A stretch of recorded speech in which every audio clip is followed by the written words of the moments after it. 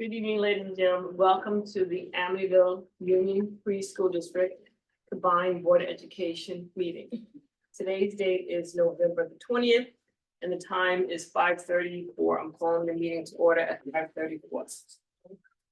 Currently in open is myself, President Lisa Johnson, first Vice President Carol Seehoff, second Vice President Megan Messman, trustees Leslie Kretz, Caroline Fanning, Wendy Canestro. It is anticipated that Chris Darren will be arriving into executive session. Also present is our superintendent, Dr. Jean Talbot, assistant superintendent for physical instruction, Ms. Mary Stevens, assistant superintendent for human resources, Dr. Bridget Wade, assistant superintendent for finance and operations, Ms. Livens Watsy, financial consultant Paul Frazier is also present at this point in time. Also, Attorney John Sheening will be arriving into executive session as well. Can I have a motion to go into executive session at 5:35 p.m. for purpose of advice from counsel as well as particular person's employment history? So moved. Second. Carol Seehoff is first, Winnie Canestro is second. All those in favor? Aye. Motion carries 6-0. We will resume open session roughly around 7:30 p.m. Thank you for joining us. 20th, 2024. The Board of Education met in executive session for advice from counsel as well as particular person's employment history. Open the meeting, resume and open now at 7:41 p.m. Please make a note where the exits are closest to you. Obviously, no smoking on school grounds, and please silence your cell phones during the business of the board, and please join the board in the Pledge of Allegiance.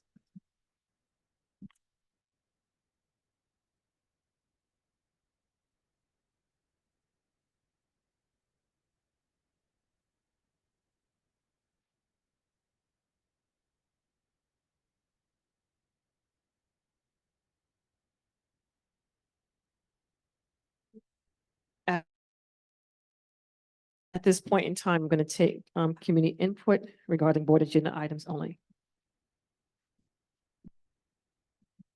Also, just so everyone know, there are translators here in the audience if anyone needs anything. Thank you for that. Margot Chef, Amityville. Question on 3A, employment agreement 1. One quick question is, it's effective in July. Why are you so tardy on this? Dr. Tanya. Good evening. There were some personnel discussions and dialogues and matters that had to be agreed upon and closed out before we could bring it forward. Okay. Can you advise if this is a raise from last year to this year? No, the salaries are the same. The salaries are the same? And There's no raise. There's no raise. no, right, I got it. I believe that is my question. Thank you. So for, yes, just for one correction, go ahead. Your question was, are there any raises? Just go back to the mic for, because we can't hear you. Sorry. I asked regarding this point only on the agenda, if there was a raise from last year to this year. And you said no, it's the No. same. It's not the same, but there's no raise. Can you explain that? If it's not the same but no raise? Is that like similar but different? I don't understand that. There are no raises for any term of employment that we are presenting tonight. But could you just repeat what you said then?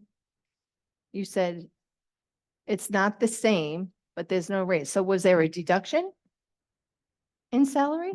Is that what you're So saying? in the budgeting process from last year, it was notated that there would be a reduction in salary for one of the positions. And the term of employment indicates such. Thank you for clarifying that. Any other questions on agenda items? Seeing none, I'm going to move forward with the agenda. Can I have a motion for agenda items 2A1 through 2A4, please? Motion. Winnie Second. Canestro is first. Second. Carol Seehoff is second. Any questions regarding or comments regarding the minutes? Okay. Seeing none, all those in favor? Aye. Aye. Motion carries 7-0. Right, for the policy committee.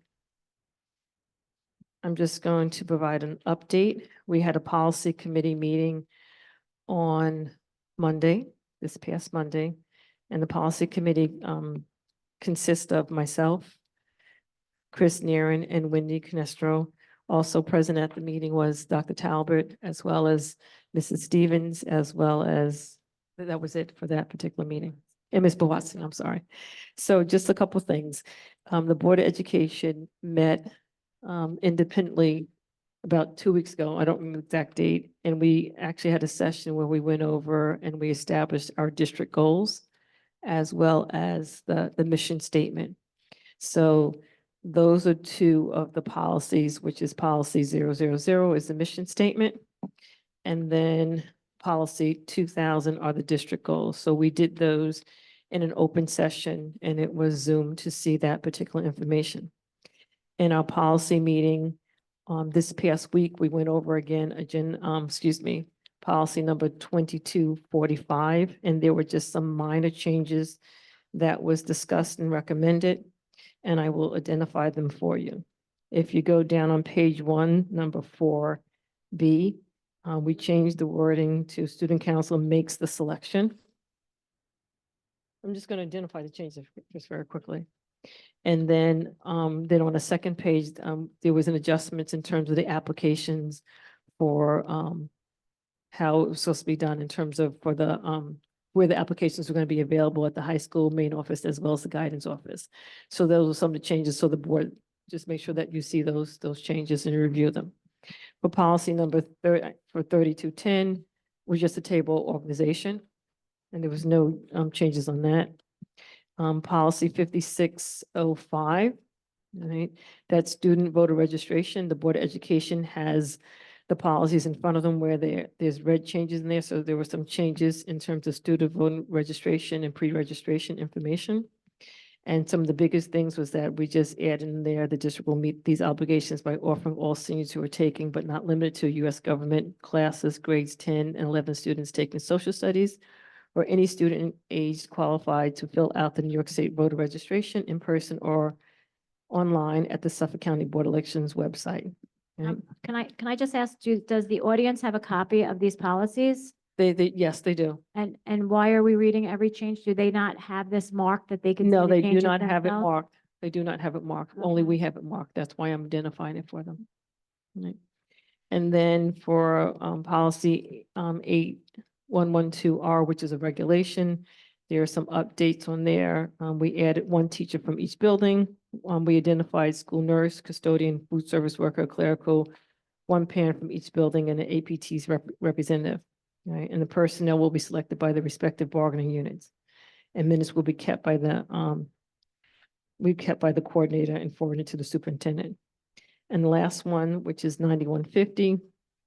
Some of the changes that were made are on page 1 on the communications with the students. We add in there with exception of communication with their own children or an immediate family members, children sending text messages, including direct messages of students on a private and or personal social media. So we added that in. And on the second page, letter E, we added that information for letter C, we added that in. And on page 3, under reporting and investigating procedures, it was letter B towards the end, where it says district vendors. That was information that we added in. And so those are the biggest things. So in regards to these different policies, as a policy committee, for policy number 1 and 2, which is 000 and 0200, I'm recommending to the Board of Education that we make them our first and final reading, because these are policies that we did do together collectively. And so I'm just making that recommendation that we make them the first and final reading for those two policies. Does that mean if we have a suggested update that we can't suggest the edit? For, I'm just doing mission statement I and know, district goals. I know, there's one, yeah, just on So, district goals, if I have a suggested modification, does that mean that it? I- so if you have suggested changes, we would just leave it as a first reading. That's why I said I'm just suggesting we make it first and final, but if we don't want to make it final, we'll just make it a first reading. Go ahead. Well, don't you need a Should I- motion first and then discussion or no? No, we're not voting on this at this point in time. Oh, we're not voting. No. on- Gotcha. So go ahead. You had a suggestion for the district goal? I do, I have a couple of suggestions on a few of the policies, so do you want me to just do that now, Yeah. or just the first two? Just the first two. We'll just Okay. start there. Okay, so I didn't have any markups on the mission statement, but when I reread the district goals, I thought that number one read a little bit, it needed a little improvement, so I was just rereading it. Promote academic excellence by advancing curriculum quality, instructional effectiveness, and student engagement leading to college and career readiness by graduation. I crossed out by graduation. Students and staff, so I inserted ensure that all students and staff have the necessary resources to meet the individual students' needs. So that was a markup just to make it read a little bit better. I mean, it's very minor. And then number 4, I thought that build robust partnerships with students, families, and the community to increase opportunities for collaboration and to create an inclusive school environment where all voices are heard and valued. So the reason these are so minor is just the way we worked through the development of the goals. We kind of had some markups on paper, so it's just some minor edits, suggestions. Anyone want to add? Excuse me, is everyone okay with these suggestions, or do we want to leave it as is? I'm okay with it. Can I have clarity on number 4? I just inserted the word "and." Opportunities for collaboration and to create an inclusive school environment where all voices are heard and valued. Just read number 1 again. What was you're adding in? Sorry. Promote academic excellence by advancing curriculum quality, instructional effectiveness, and student engagement leading to college and career readiness, period. Ensure that all students and staff have the necessary resources to meet the individual students' needs.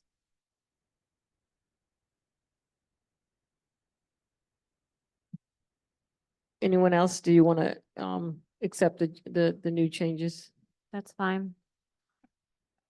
So minor, it's grammatical. Yeah, I'm Fine. just making sure. I just, Okay. this is, Yeah, I'm yeah. fine. I don't want Okay. to belabor this. Yeah, I'm just making sure. All right, so in regards to the other policies, in terms of 2245, 3210, 5605, 812R, and 9150, if you have any recommended changes, this is the second reading, so you can present the changes and we can look at it again at the policy committee. Our next policy committee meeting, I believe, is going to be December the 5th. So if you want to submit those changes to us, you can submit the changes to us. If you want to mention to them now, you can mention to it. I'd like just to make a couple of comments on this. I sit on the policy committee. It's a great committee. You know, everything has to be updated here. And we worked really hard here. And the reason why some of them are a second reading is because the public didn't have an opportunity to view, didn't have it online or in the agenda, the policies to review. So we had to do that because we have to make sure that you understand and have an opportunity to ask questions. A couple of things that came up. We did speak amongst ourselves. I made the suggestion that Ms. Stevens had mentioned and translator devices were going to be here. So we did make a recommendation that it's on every agenda and on every meeting notice going forward that we will have the translation devices, because I think that will be really inclusive and welcoming to our Spanish population. I think that will help. And do we just do Spanish, or is there other languages that we offer? And Creole? Okay, fantastic. So that would be great. Maybe we could even specify that, Dr. Talbot, that those are the 2 languages that we can offer with the translation, Creole and Spanish. So thank you for doing that. A couple of other things. Policy 9150, there is more stringent constraints about relationships and communications between staff and students. This was created in another district, created out of the need of everything that's going on. Not suggestion it's going on here, but it's a way to protect students in the district. And it was discussed amongst the policy committee that there has to be district approved applications to communicate with, whether you're an advisor, you're a coach, you're a teacher, and it has to be approved. Dr. Talbot, with her central administration, will work on a uniform email or letter for staff and for the staff advisors and coaches that they can disseminate amongst their parents and their students so that it's more uniform. And this really protects everybody. It protects the students, the parents, the staff members themselves, the coaches and the advisors, so everybody's on the same page and they understand. And I'm hoping, Dr. Talbot, do you have any, when would you anticipate that goes out? Maybe by the next board meeting, if it's adopted, maybe? Yes, once the board adopts the policy, we'll send out the notice. Okay, awesome. Can I ask a question about that? Because I would imagine at the upper school levels, high school, particularly among kids who are involved in clubs and sports, they're probably on a texting basis with a lot of coaches and adults, and that's going to require a period of adaptation. So how are you going to allow people to adapt to the new norm? And that was not to, just before, that was one thing that we did discuss, that, like you just said, that the coaches in the clubs and whatnot, they communicate with a lot of the students that way. And one of the things that was discussed was just a conversation about that it can only be used for that purpose, which is just communication about where there's a particular event that they need to be at, or if there's a particular time they have to be at the school for. Like, is Or there a sporting grace events, so- period for implementation? I that- just worry yeah. that, you That's the know, point. while everyone's getting used to it, someone might get in trouble for doing the same thing someone else Well- does it. Right, because if we make this effective, once we vote on it today, then starting tomorrow, everybody's, well, not everybody, but the people that are having these communications are gonna immediately be in violation of the policy. But we're not voting on it today. Okay, But I So I- understand what can you're I- saying, but yeah, but it does protect the district and the kids. Like, people are gonna have to just make the transition.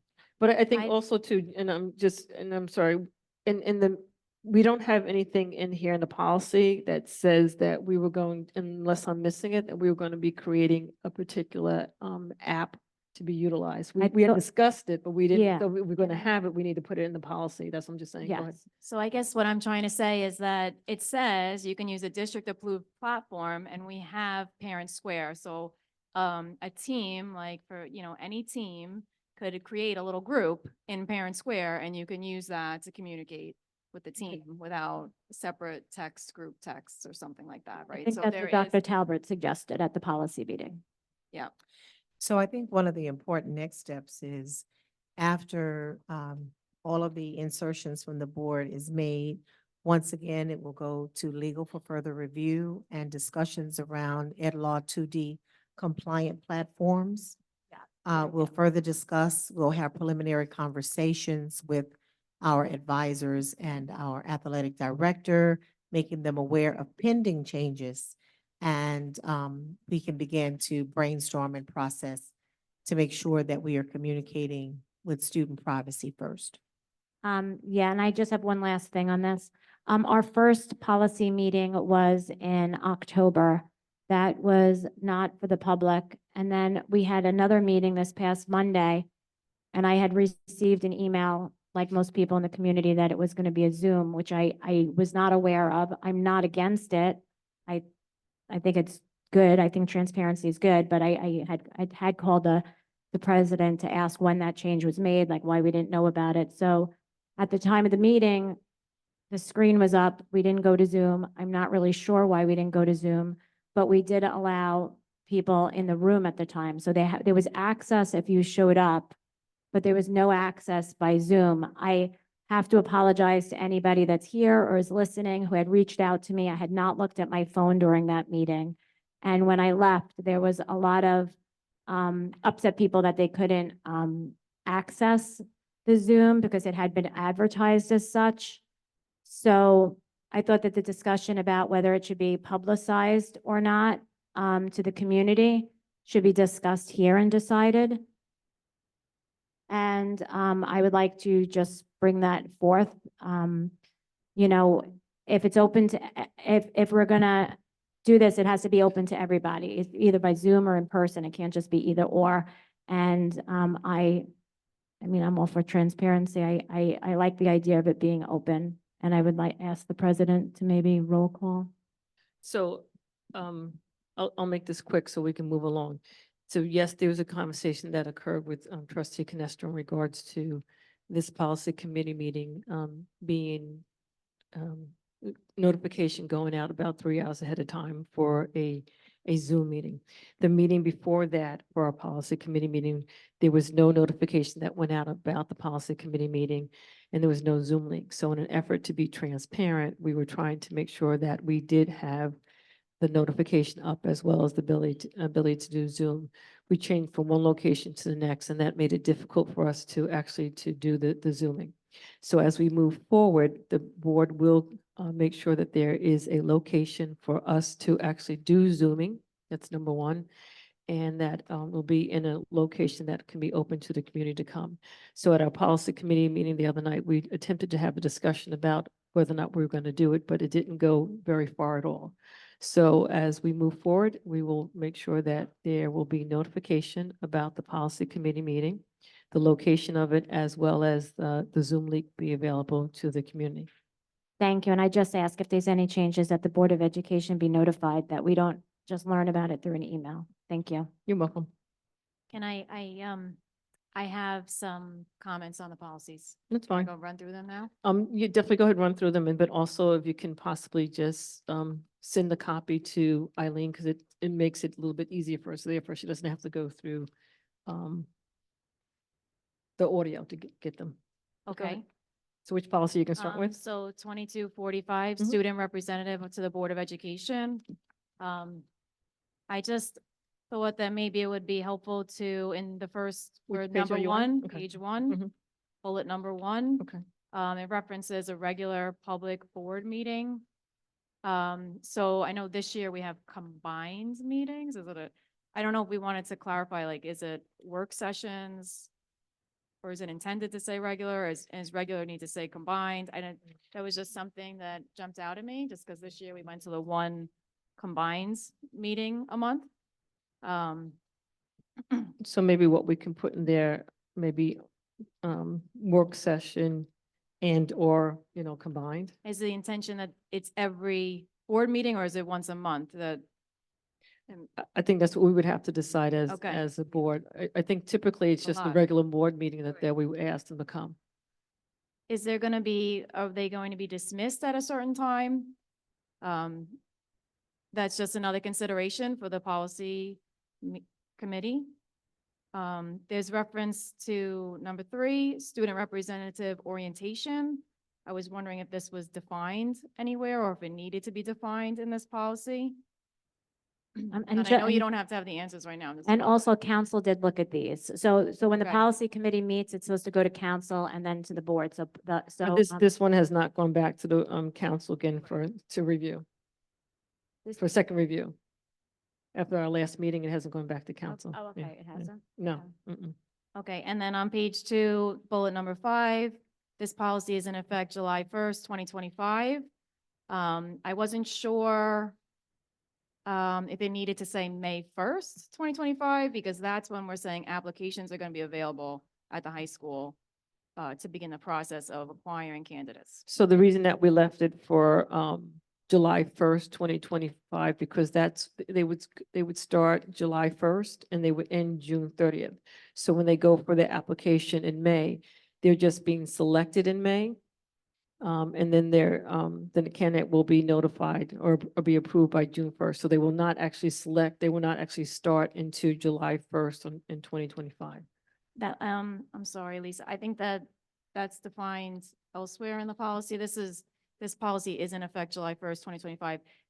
Honestly, I wonder if you even need that, because if we adopt the policy, wouldn't it just become in effect? No, because go ahead. Go ahead, No, legal. so this policy must be in effect. Just move after- a little bit closer. So this policy must be in effect after July 1st, 2025, Okay. because prior to that, It didn't voter, exist. voter approval is Right. required. So, okay, but you can get the applications before on May 1st. Right, but Right. your policy must, right, you can get the Okay. applications, but you can't make the Understood. appointment Okay. until after. All right, thank you. And just to Megan's point, maybe when it talks about the training, maybe we want to consider training will take place before their term of July 1st. Okay, the just training something to portion. consider. Can I keep going? Oh, yeah. Okay. Yeah. All right, so 3210, table of organization of, I just had a question mark. I was wondering if the school improvement team and the leaders of tomorrow belongs on here identified? No. Because it falls under the assistant superintendent of curriculum and that's implied? So Leaders of Tomorrow is a temporary program. And it's an after-school program. Mhm. So it wouldn't go necessarily on the table of organization. It's just a part of our programming for that funding period. Okay, so Dr. Impagliazzo reports directly to you? Or does she report up through Mary Stevens? Mary Stevens is her immediate supervisor. But we don't want to put it on here? Okay. And the school improvement team? How does that work? It was just a thought. Yeah. Well, I'm really thinking about your first question. Oh, you still think, okay. Yeah, Okay. because when you said Leaders of Tomorrow, I was thinking program. You're thinking person who's running the program. Yeah, I got it, as a director, yes. right? Oh, okay, So that's a consideration. okay, I think we need to look at that again. So thank you. okay, thank you. And then for the school improvement team. But wouldn't it go on the directors? Which is there. Mm. So it goes on the directors. Maybe, Oh, it would okay, fall under that category. okay. Yeah, So incorporates all directors. Yeah. That's- Okay. That's how I that's look at good. it. Yeah, thank you. So with school improvement team members, that too is a temporary function that's mandated by the State Department. And it would be an option that we can continue after the accountability designation. So I don't see where that would be applicable here. Because it would be like a functioning shared decision-making team or an internal committee within a building.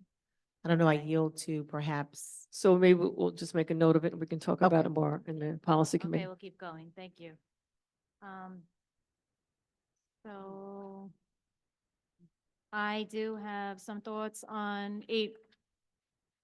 8112R, the Health and Safety Committee regulation. So I serve on this committee this year.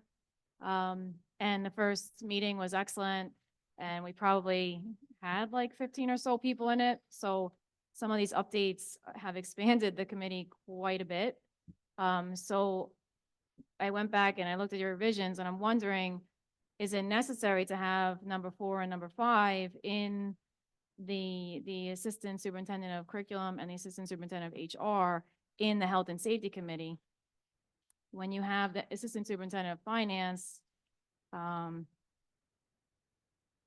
already accounted for, who is in charge of security and the Director of Facilities? So I guess just consideration. I don't need an answer right now. No, I will let you know that we did have a discussion on that in the policy committee and Okay. we made a decision to leave it in, but we'll bring it to the board and if the board Okay, has any then it's decisions. just because the committee, I think if there's a couple in here that expand to like 4 or 5 representatives, so it gets kind of a big committee at that point. Wait a second, I just want to jump in because you're saying you're going to bring it to the board for consideration, but we're at the board. So I think that should be decided if we want to include it or not, right? Or you're saying do it at adoption time? No, I was just stating that we in the policy committee had discussed about these 2 items, about assistant soup for curriculum instruction and human resources, but now we're bringing this to the board and the board can give the feedback on it and that's what. Oh, Right, but I'm because saying, they should can- we decide? Do we have to vote to change this? I guess that's what I'm asking you. we can make a decision once Megan's finished with her list that's there for this policy. Okay, thank you. You're welcome. Are we paying for anybody? Is it the number 14 and 15 if they're attending these meetings? No, we're not. Okay, thank you. Why, okay, I said to myself, why do we need a clerical representative? And why do we need an APTC representative if we have one parent for each building? Again, you get to be a bigger committee. I think even with the budget committee, we thought, well, let's limit it to like 15 people. I think we ended up with 18 people, where this is, if you count it all up, where, it's getting quite large, like 30 people. So one of the things that when we discussed, actually the school nurse, custodian, food service worker, clerical, and actually the APT representative were already there on the last 8112R. The only thing that we added in number 10, one teacher from each building. And we added in one parent from each building. So 17, 18, 19, 20, and 22 were a part of a paragraph that was at the bottom of the last 8112-R. So the question is, I mean, it was there. So Mhm. we just made it part of the number so it could be more easily seen. So the board can just decide if we want to keep the one teacher from each building. If we want to leave the school nurse, custodian, food service worker, clerical, APT representative, because we all felt that, well, I'll just say, I felt that it was important to make sure that these individuals were at the table, the school nurse, custodian, food service worker, and clerical, because they were already there, yeah.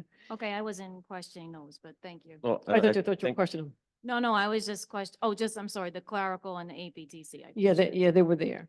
They Part were of at the our, bottom. the discussion we were having was similar, like, do we need all of these people? But then it was, not all of these people are going to show up, but we want to enable them to have representation at these meetings if these groups wanted to have somebody there. Because we all felt, well, I'll speak for myself, I felt that each of these individuals, they work in the district and their opinion was important, so that's why we wanted to bold them out. We wanted to give them numbers so they can be seen easier. And with the APTC representative, the reason that we left that there was because it allowed the APTC to send someone to the meeting. But then we also wanted the opportunity that if there was a parent that maybe not part of the APTC, but was a parent in that building, maybe they would want to be part of that committee. And that's why we put one parent. That was our reasoning behind it. And that's what we're just sharing with you. And then you as a board can make a decision as to whether or not you want to leave them there or take them out. I'm just giving you the reason behind it, that's all. So are we making a decision on anything? Are we gonna go back to 4 Yeah, and so- 5? Yeah, so I just want to make sure there was nothing else that you had, any recommendation. Besides the list, I'm just wondering how we're selecting everybody, because initially with the first meeting and I guess the announcement to join the Health and Safety Committee, there was a phone number provided for Mr. Galena, and there were people that reached out and didn't hear back through leaving a message. So I was concerned by that because we actually don't know who reached out besides the community member that just took it upon themselves to show up, which I'm grateful that they did. But I don't know if anybody else tried to reach out to join because there was no return call from the phone. So I was thinking that any of these people that are interested, I see here personnel will be selected by the respective bargaining units, but I guess one parent for each building and the community members would be per email to the director of facilities, I think we could probably add that. just so that there's a paper trail It's and we're clear. ensuring that there's follow-up. Right, so I think what I'll do first is that, the question came up about, and please correct me, number 4 and 5, if we want to keep them on. And that was it, Megan, or is that? I mean, just Number for, 4, 5, and I guess 22. okay. All right, so I will just go around the table and ask the board, do we want to keep number 4 and 5? Which 4 is assistant suit for curriculum instruction, 5 is assistant suit for HR, and 22 is APTC representative. So go around. Caroline, I'll start with you. Caroline. I'm fine dropping, sorry, I'm fine dropping 4 and 5 because you have a lot on your plate. Do you mind? And APTC, I'm neutral. I mean, if there's parent representation from each school, that seems like, fine if it's a top heavy or just a lot of people in the committee, but I could go either way. Okay, Carol? I'm fine with dropping 2 from the cabinet, but I think it's imperative for APTC to have a representative.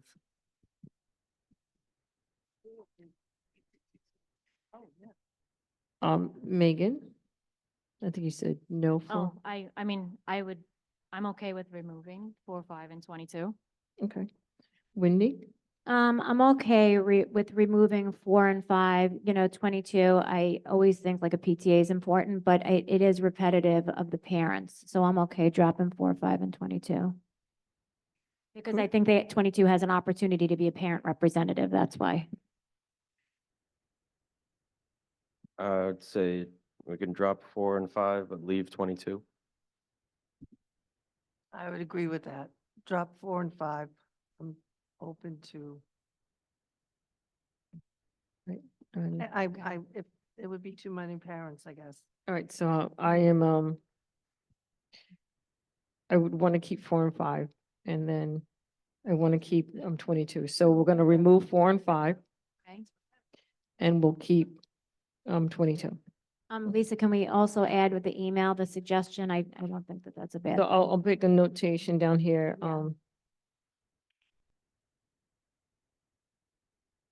And we can finalize it, email, So we're To- keeping the APTC? yes. Okay. Okay. Anything else? I just wanted to add that the APTC rep is important because they will go back to report to APTC, where a parent might not do that. Right, so they're staying on there. Any other? So those are thoughts? my last markups but I had some suggestions to the policy committee. So do I bring that up now or like policies to Sure. consider or under new? I think you can bring it up, but we also have a list that we're working on, but you can bring it up and then we can add it to our list in terms of adding. So you can bring Something it to up. consider? Yeah, go ahead. So three potential policies that I jotted down. One around social media. Just, can you do you have the number? No, I don't even, it might be a new policy. It might just be, Oh, to create just one? create a policy. There may, so we'll look to see, there may be, well, go ahead, social media. So I don't have numbers, but Okay. these are just thoughts that social media, because there seems to be a lot of social media accounts Mhm. around the district, and it's really hard to tell who's behind which ones and which ones are actually district social media accounts. A cell phone policy, if we don't already have one, or if it needs to be reconsidered to maybe bump it up the line. And this would be a new policy, like an AI policy to address ChatGPT. And just try to get ahead of that, as that's just a tool that's there. And I'm sure that our older students are starting to realize that. So to try to get ahead of that and establish a policy now. I know that I think for all three, there are some NISBA policies that already exist for all three of those. Okay. Yep, thank you, Megan. Thank you. Yeah. Any other questions or comments in regards to policy? I just want to mention about the cell phone policy. There was a sample. NISBA will occasionally give us samples of policies or make recommendations. The cell phone policy, we quickly glanced at it. It was a couple of pages long because there's so many options. Because we're not, it's giving you different options of the directions a district wants to go. Whether you want pouches, whether you want them to have them, whether you want the teacher to collect them. It was so long and so many options. I think that policy alone might take an hour. It was just very, very long, and there really has to be so much thought that goes into it. I'm sure the Board of Education would have a lot of thoughts on it too. So that is probably something we'll be looking at. All right, I'm moving on to agenda item 2C. So the Board of Education has some resolutions that they're gonna have to add to the agenda. So I'm gonna do it systematically, one by one, right? So I'm gonna start with the first one. Can I have a motion to add agenda item 2C1, which is a resolution, the appointment of a special investigator? Resolved that the Board of Education of the Amityville Union Free School District hereby appoints Elena Kavakis Esquire of Kavakis ADR-LLC as independent counsel to conduct an investigation and render report to the board in connection with the matter as more formally discussed in executive session at a rate not to exceed $300 per hour plus reasonable expenses, and authorizes the board president to execute retainer agreement between the district outlining the terms and conditions of service upon review by council. So I'm just making a motion to amend the agenda to add this item. So moved. Second. Lizzie Kretz is first. Carol Seehoff is second. Now I'm going to have a motion. Can I have a motion for agenda item 2C1, please? Did you approve it? I'm sorry, all those in favor? Aye. Aye. Aye. Was everyone a yes on that? Yes. So motion carries 7-0. Thank you, council. Can I have a motion for agenda item 2C1, please? So moved. Second. Lizzie Kretz is first. I'm sorry, Carol Seehoff is first. Chris Naren is second. All right. All those in favor for this agenda item? Aye. Aye. Aye. Aye. Aye. All those opposed? Aye. Aye. Nay. All right. So, yes is Caroline Fannin, Carol Seehoff, Lisa Johnson, Chris Naren, and Leslie Kretz. Those opposed are Megan Messman and Wendy Canestro.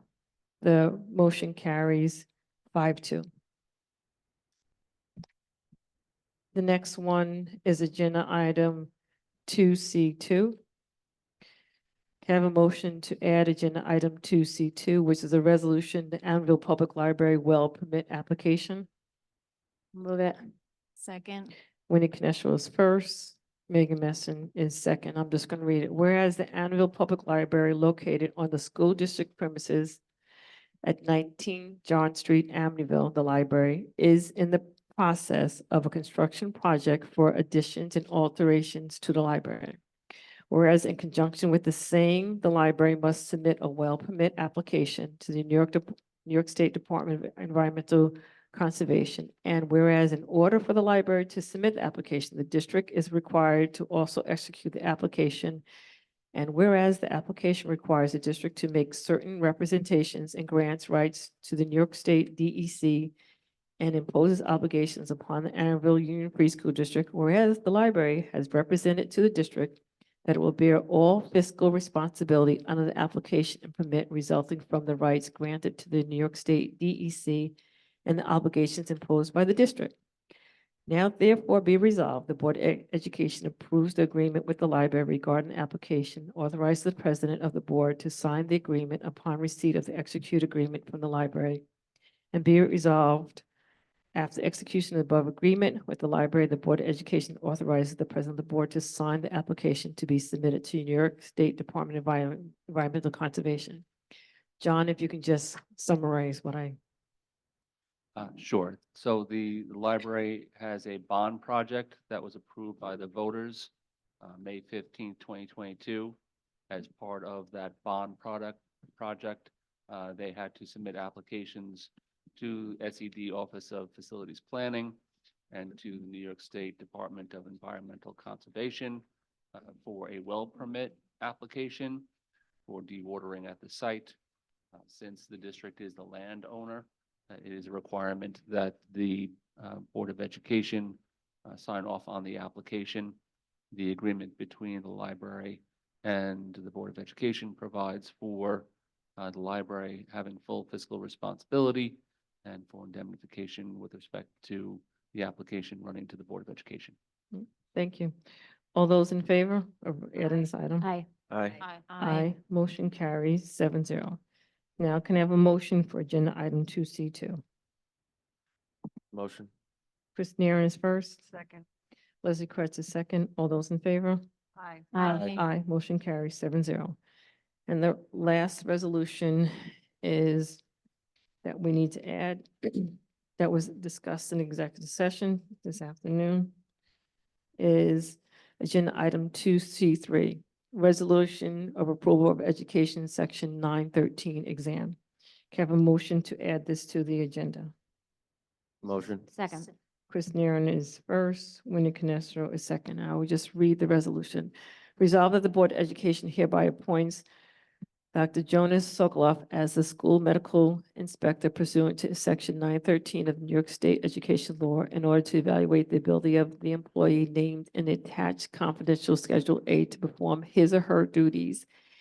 And be it further resolved that the Board of Education hereby authorizes the board president to execute a contract for such services with Dr. Jonas Sokoloff, and be it further resolved that pursuant to section 913 of the New York State Education Law, the Board of Education directs the employee named in the attached confidential Schedule A to appear for medical examination in the office of Dr. Jonas Sokoloff on the date and time to be determined by the superintendent of schools, and on any supplementary scheduled dates to complete the medical examination and to bring any relevant medical documentation to such examination. All those in favor of adding this to the agenda? Aye. Aye. Motion carries 7-0. Now can I have a motion for agenda item 2C3, please? Motion. Second. Chris Nairn's first, Carol Seofa second. All those in favor? Aye. Aye. Motion carries 7-0. Can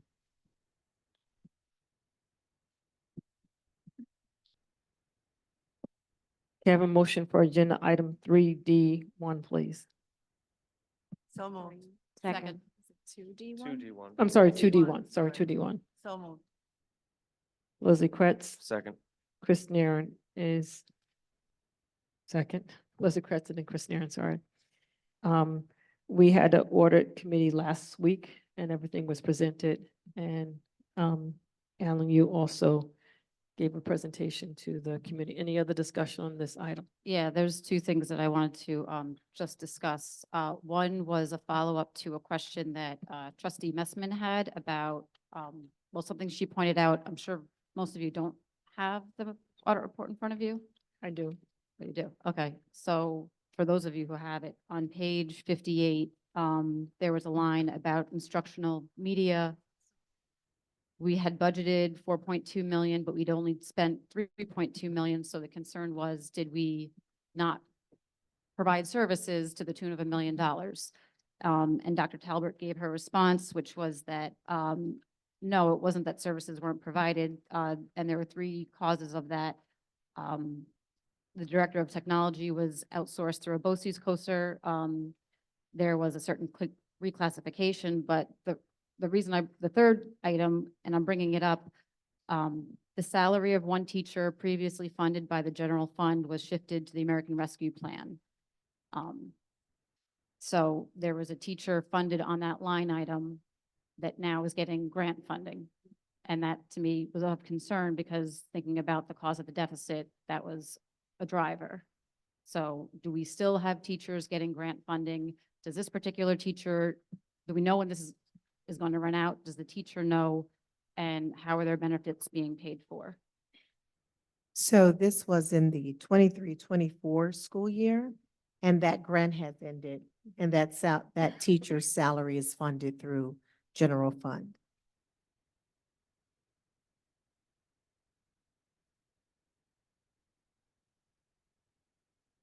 General fund separate from the instructional media or within? For 24-25 school year, her salary is now funded through general fund. Okay, so then in that year, it was funded differently, but when you look at the line item, it doesn't really reflect. I'm not saying the money's missing or the salary's missing, but you think you have 4.2 mil and then you're only spending less. And it doesn't give an accurate reflection of where the money's being spent. So this particular teacher salary, are you looking for further explanation, clarity? here's why it seems, yeah, like in the 22-23 budget for that same item, it was 3.3 mil. And then the next year it went up by $1 million. So why would you choose to jump it up? But then you had your reasons for moving it back down. And it just makes it hard to understand how that line item functions. And I pointed out because when you look at the budget, you want to have an accurate sense of what the money in that line is being spent on, rather than being told, well, we moved it around. You want Yes. a more deeper dive on it? Okay, Ms. Buatsi. One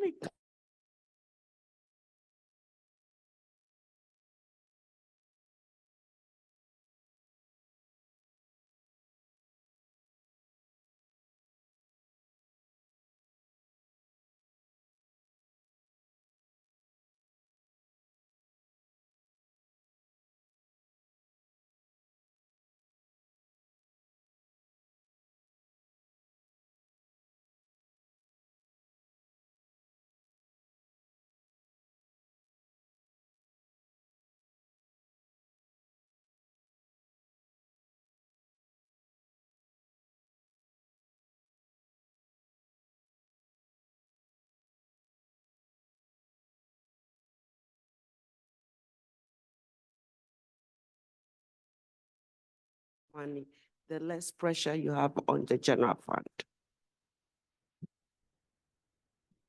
And you might also find that with our remedial staff as well, because they're paid under Title I. Correct. Yes.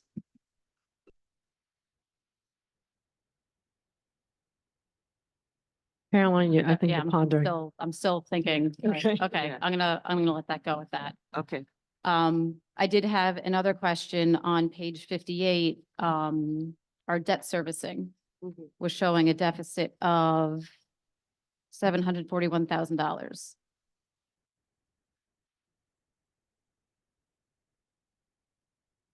Shouldn't that be, like, why is that at a deficit? Shouldn't that be a known quantity? Like you have your mortgage payment, you know what the principal is, you know what the interest is, you know how many months you have to pay it down. So you budget for that accordingly. Why would it show a deficit? It's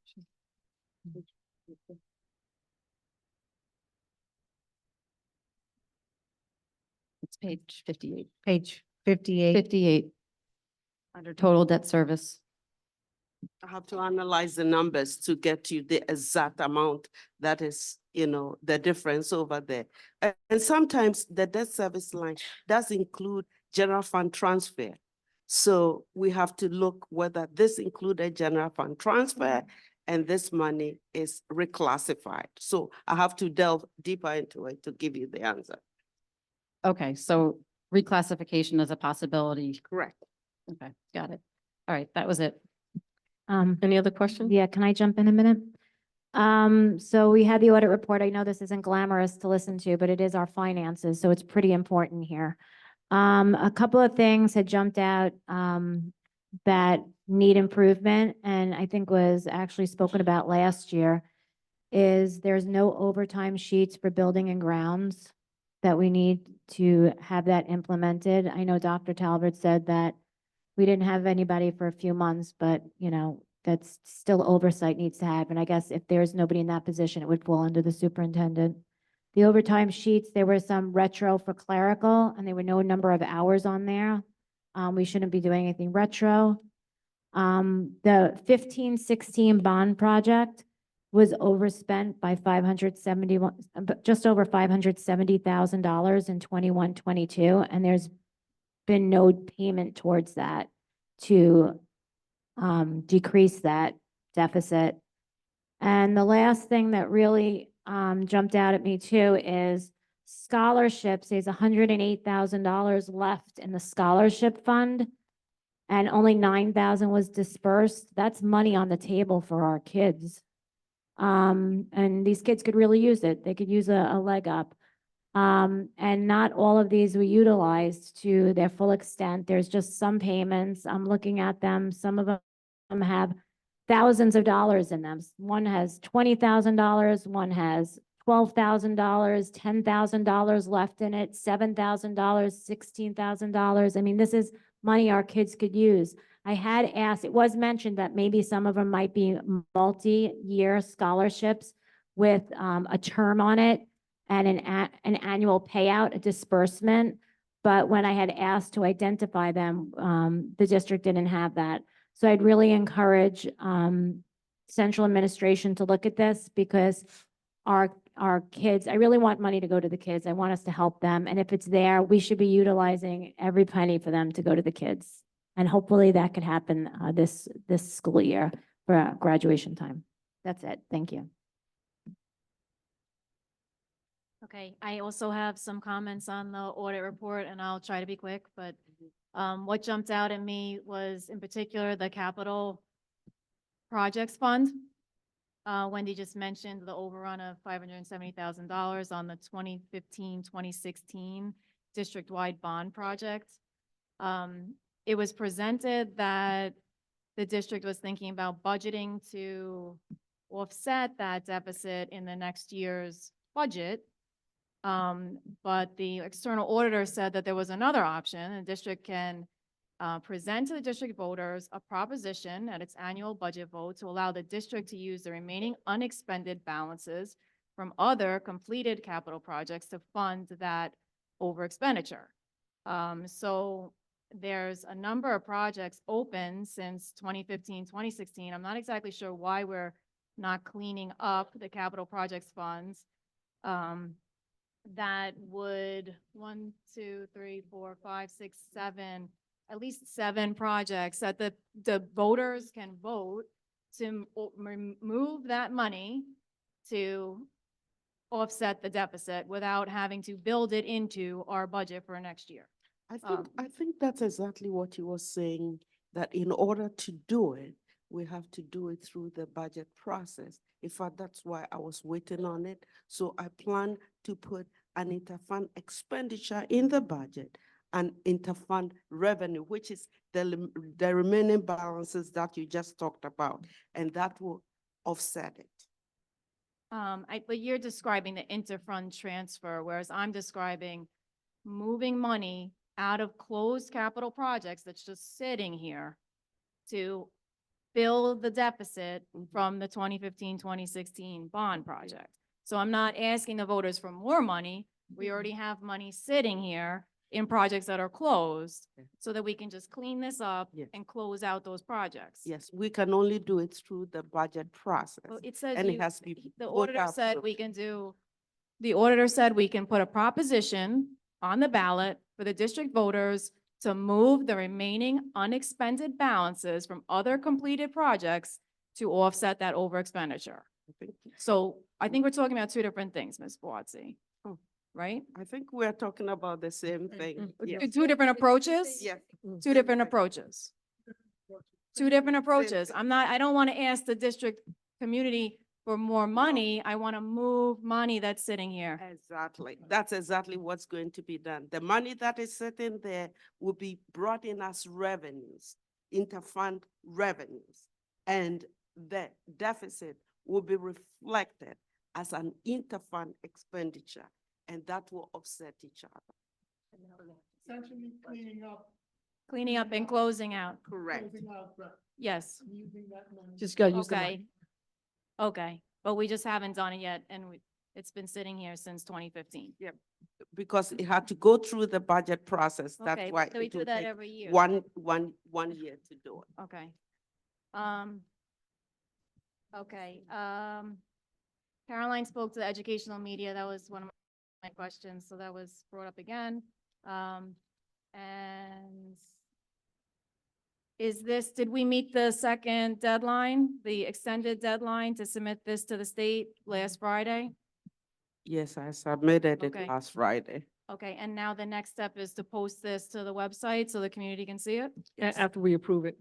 So- After it's approved. Okay, so it can just go up tomorrow? Like, if we approve it tonight? Yes, syntax is yes. It'll be submitted. It'll be submitted to be posted To tomorrow. syntax? Okay. Okay, thank you. I think the other thing too, I'm sorry, Was it something else? No, I'm, okay. Okay. I think just also.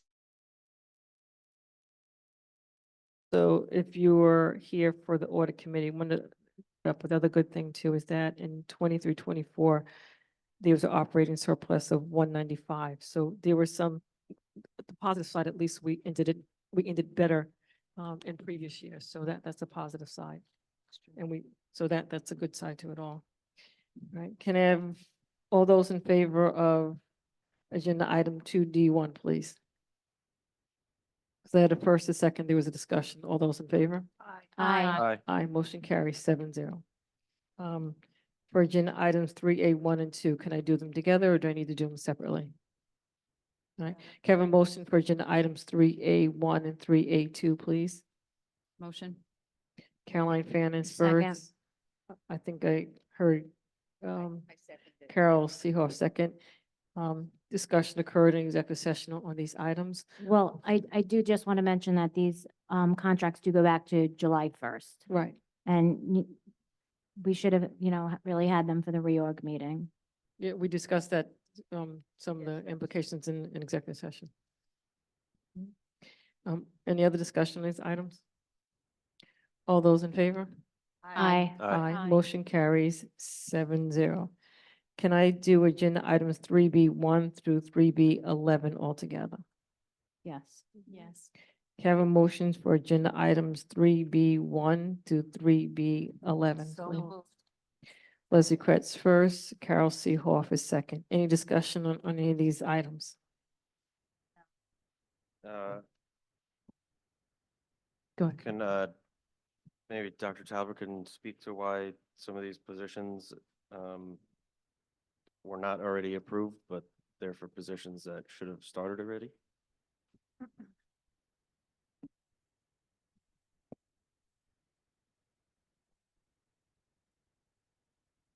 As it pertains to some of the coaching positions, Yes.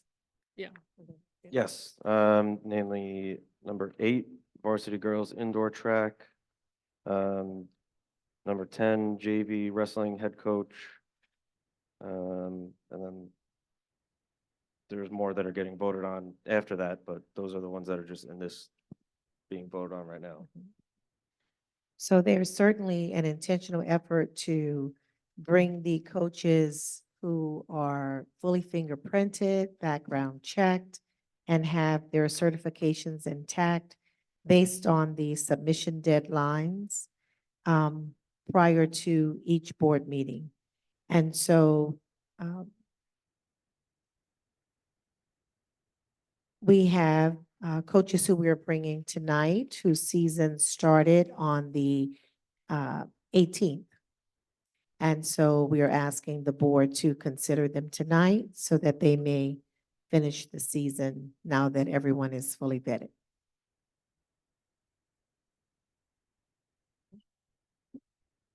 Any other questions regarding these items?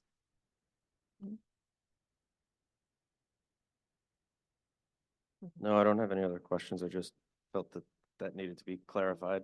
Okay. All right, all those in favor? Aye. Aye, motion carries 7-0. Can I have a motion for, can I do agenda items 3B13 up to 3B20 together?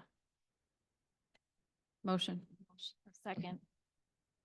That's Caroline Fanning, Megan Messman, any, Up until what number? 20. Okay. Any discussion on any of these items? Right. All those in favor? Aye. Aye. Motion carries 7-0. Can I have a motion to pull agenda item 3B21, please? So moved. Second. Carol Seehoff, Leslie Kretz, all those in favor? Aye. Aye. Aye. Aye. What did you say? Aye. Sorry. Motion carries 7-0. Can I do agenda items 3B22 to 34 altogether? Sure. Can I have a motion for agenda items 3B22 to 3B34? Motion. Second. Caroline Fanning, Carol Seehoff, any discussion on any of these items? I just have to say 32 is supposed to be, it's July 1st. The Board of Education needs to get these things in a timely manner. All those in favor? Aye. Aye. Aye. Aye. Motion carries 7-0. Can I have a motion to do agenda items 3C 1 through 8 altogether? Does anyone need to be done separately? Second. Okay. So agenda item 3C1 to 3C8. Carol Seehoff was first, Leslie Kretz was second. I do have just one question for 3C5. I just want clarification in regards for the RFP. I just want to make sure that as a district, we are ready to go ASAP tomorrow morning to start the process. That's number one. And then just for the timeline as well. Yes, I'm in contact with fiscal advisors, and they've started working on it. So tomorrow morning, I'm going to call them to confirm that everything is in place. They've contacted all the financial institutions that typically finance leases, and to make sure that they've all gotten it. And then the next step is they'll come to the board with the recommended banks that have decided to bid on the lease financing So our goal is to have this all done by the by time we meet, December 11th. by our next meeting date. Okay. Any other questions regarding any of the items in 3C? I have a question, or clarification, 3C1. I had asked the question from Dr. Talbert, but I don't think you understood my question. I had asked, did we have this in the past? And you explained this was, I think, initially supposed to be approved on July 1st, but they were out of the country, so we have to approve it now. But what I wanted to know, did we have this last year? So the unemployment consultant services have been in the district for a long time. Correct, Correct? correct. And when we did the RFP, he responded this time as well. And is the cost comparable to the last year? Yes. Is that it, Caroline? Yeah, that was it. So for number 5, change order 2, I just want to clarify for everybody that's here that this is a deduction in the EPC that we've deducted, because I don't think the resolution says deduction, deducted Northeast from the EPC. So that's what we're talking about today. And then there was some adjustments in the energy performance contract scope that came back from New York State Education Department. So that's what we are doing there. We're actually deducting scope from the change order 2 and incorporating any modifications from New York State Education Department that we needed to be able to proceed with the EPC.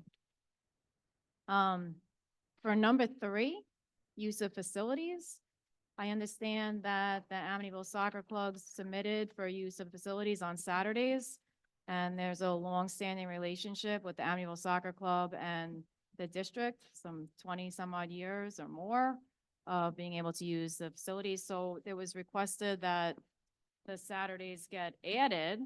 Board trustee asked that it just be on the agenda so that we could actually just vote on it rather than it just not be put on the agenda. And I think, and Dr. Talbot, you had responded and you'd said that there's actually other sports organizations that were interested in using the facilities on Saturdays. And I don't recall those being brought to the Board of Education for consideration and vote either. And we also asked to see, I guess, their applications for use of facility, and which would include their rosters for consideration.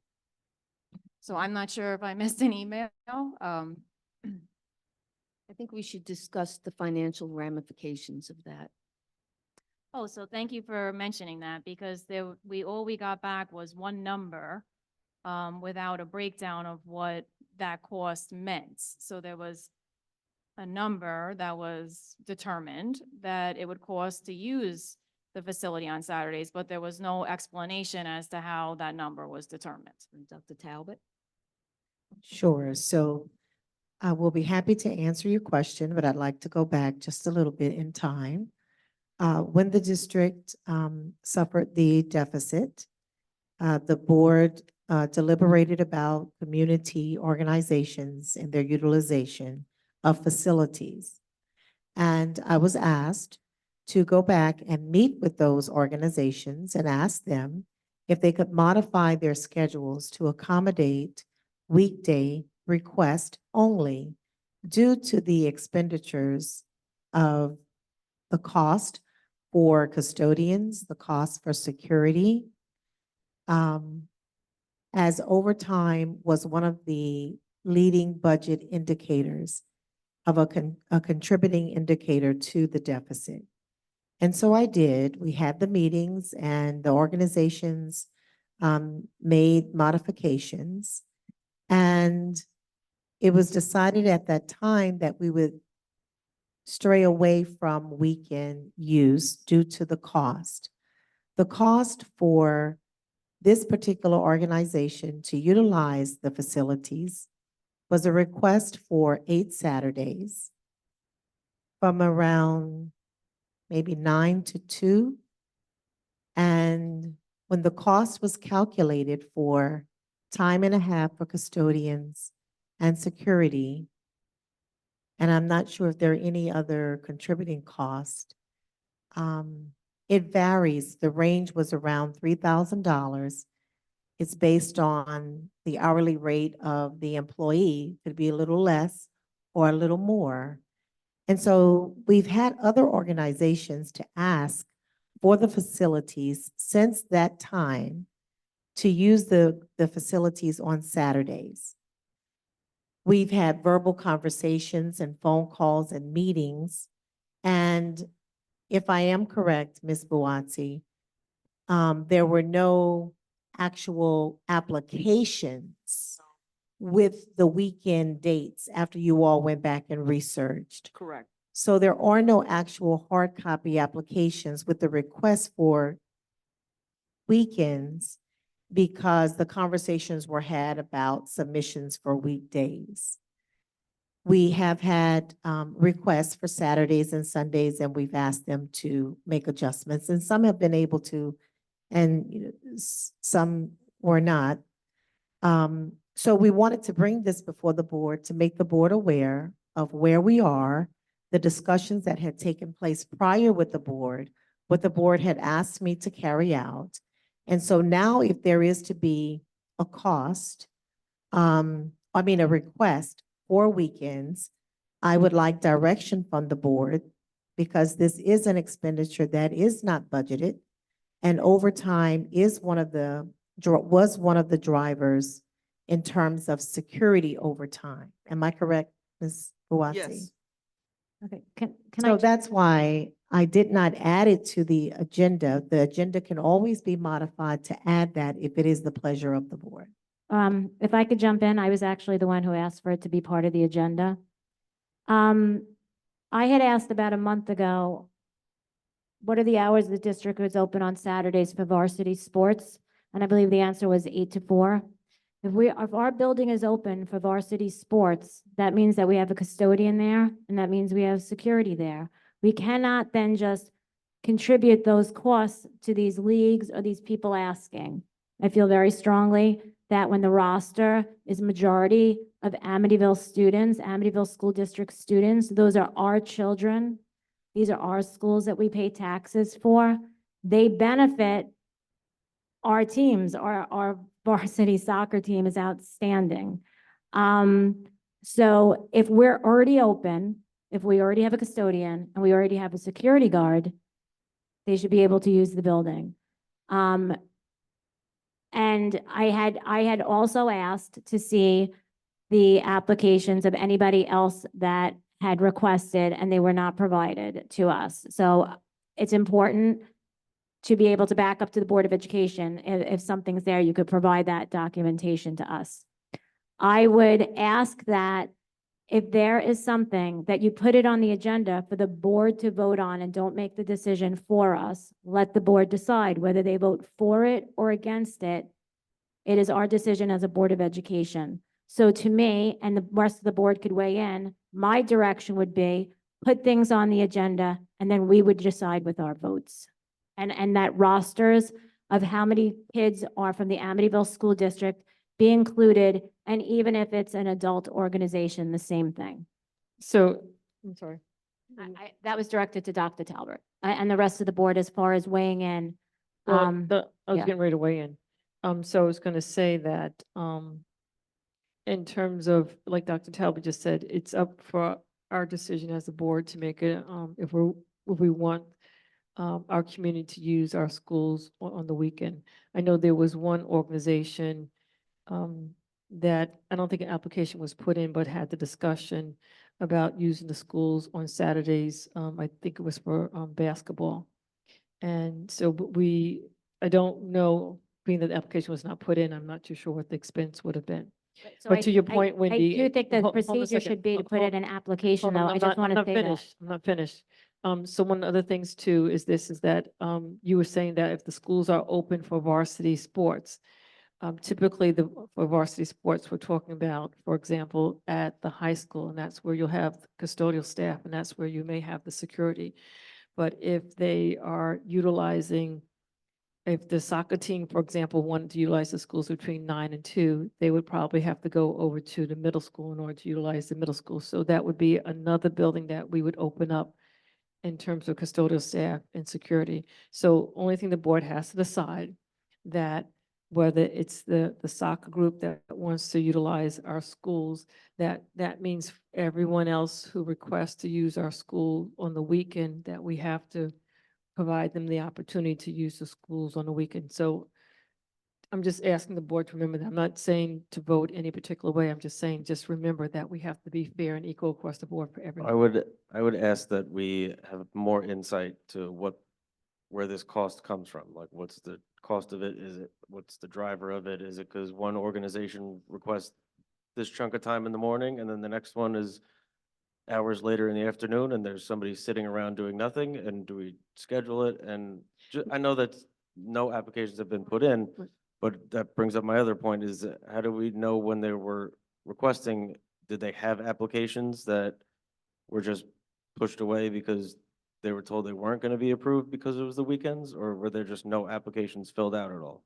I think I'll let Dr. Tample answer, but I think probably based on what we had worked on as a board from last year and trying to conserve money for the weekends, probably she was looking from, and she can answer probably from our direction from last year in terms of not offering on the weekends just to minimize cost. And that's what my assumption is, but she can respond. So my recommendation was following what the board had asked of me previously, and until the board gives me a new request, I will continue therein. Our facilities are available for our community use. We welcome it. There is a cost associated on the weekends. We consult with the athletic director. We consult with the principals. We consult with the director of facilities. There's a master calendar that is kept, and it is all scheduled accordingly. And if there is availability and someone is on site already, and we do not have to bring someone in to pay, then of course, I would think that could certainly be accommodated. And that was looked into as well. So in terms of me putting it on the agenda, I would not put it on the agenda based on the last directive I received from the board, but we brought it so that we can discuss it, and it can always be modified, adjusted, or added. Lisa, can you do a roll call? That's what's getting ready to do. Does anyone have anything else they want to comment on this before I do a roll call? Well, I have comments about other things, but do we want to take facilities separate? I know you have comments about other things. I'm just asking to make sure that no other board members have any comments on this particular item before I do the roll call. Anyone else? Okay. So, the question is that, do we want to offer to the community the use of our facilities on the weekend? So I'll start with Leslie. No. I'm sorry, I don't think that that was the question that I think, I'm sorry, what was the question? I think the question was to have the facility use forms come before the Board of Education for us to review and decide and vote on, rather than the decision being made for us. And then we could say yes or no. We made a very difficult decision a year ago about this. And we decided to allow them, allow facilities to be used during the week when the custodians are there and security is there. And it was difficult for us to make a decision to say no on the weekends. But because of our fiscal issues, we did have to, and we sort of projected that we would do it for another year. And then next year, see, what's going on with our, monetary issues. Yeah, no, I understand that, and I understand what Lisa's saying, and I appreciate that, where she's saying if it's a different school other than the high school, it might not work and it will incur an expense. What I'm saying is if it's the high school and we're already open, I just don't want unilateral no's. I think it should come before the board and have a discussion about it. Okay, and there are other programs Of course, that have applied. of course. And we've spoken to them verbally during Right. the past year, and they also are rosters, their rosters are more than 75% Amityville. But there School should be District. written applications. I think that should be Well, they procedure. have, but I think verbally was using it during the weekends. They did the weeks. So can we just Yeah. vote to That's- accept applications? Is that, and then we can decide? For the Yeah, weekends?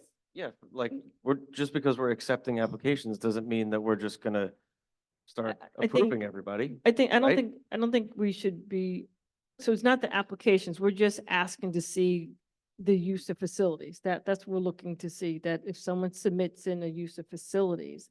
Yes, that's, That's and what we're then, and asking then to- having more in-depth on what So drives the someone, cost of that. so someone submitting a use of facilities, if I'm hearing correctly, and please correct me I wrong. think it was for the weekend, though, we were specific. But if someone's right? submitting a use of facilities that includes weekdays as well as weekends or just the weekends, because most of the time, the use of facilities is for both weekdays as well as weekends, that we go ahead and we get that use of facility request, and then as a board, we can make a decision if we want to move out. I believe I have. Well, and can we just, if they're looking for days during the week and on the weekend, that we just make those separate applications? So if, Can that be done? yes, if they want to apply for Monday through Friday and then one Saturday, just have the Monday through Friday on one application and then have the Saturdays on a separate, since that has a, I don't think we have to approve Monday to Friday, because, right, we're That's why saying he you're already does- doing that to just yeah, Saturday. that's Yeah. what I'm saying. So if it gets to that point where we're looking at the weekends, that we just require that if the organization is looking for weekdays and weekend, They have that to they're apply separately. separately.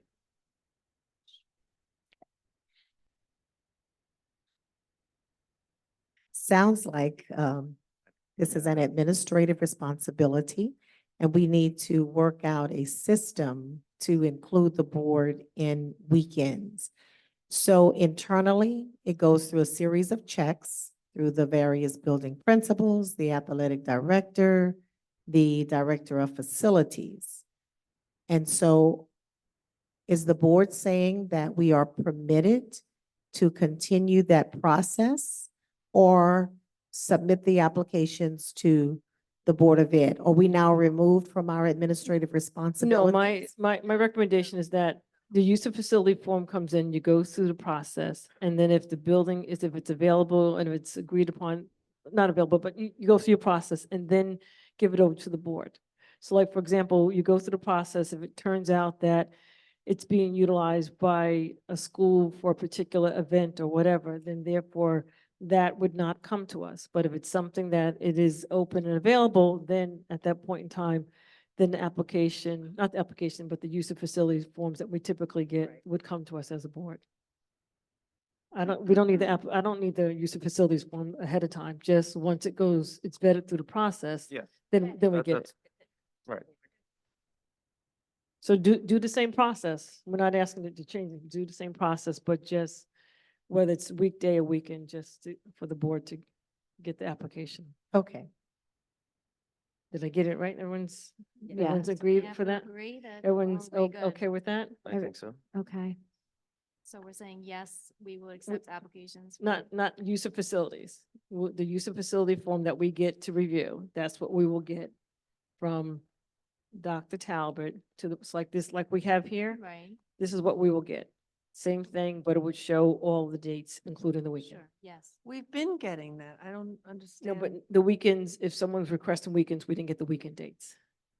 Because we We have had not gotten- gotten any other than the latest request Mhm. with an application asking for weekends, because our conversations with them, Right. Has right. been no So weekends. The soccer league is the only league so far program that has applied for the That weekend, has submitted, yeah. have They- submitted. Did they submit or did they not? I don't know. Was it not? was it in writing? I know they had the meeting, the conversation, they wanted the weekends. They wanted the weekends in the application, yes. Yes. Did they specify it on their application initially? You go through the dates and then you know that, we went through the calendar and we saw that those days were weekends. So there were weekend dates on the original application. Correct. Okay. So I want just to make the board aware that we do get requests verbally for weekends.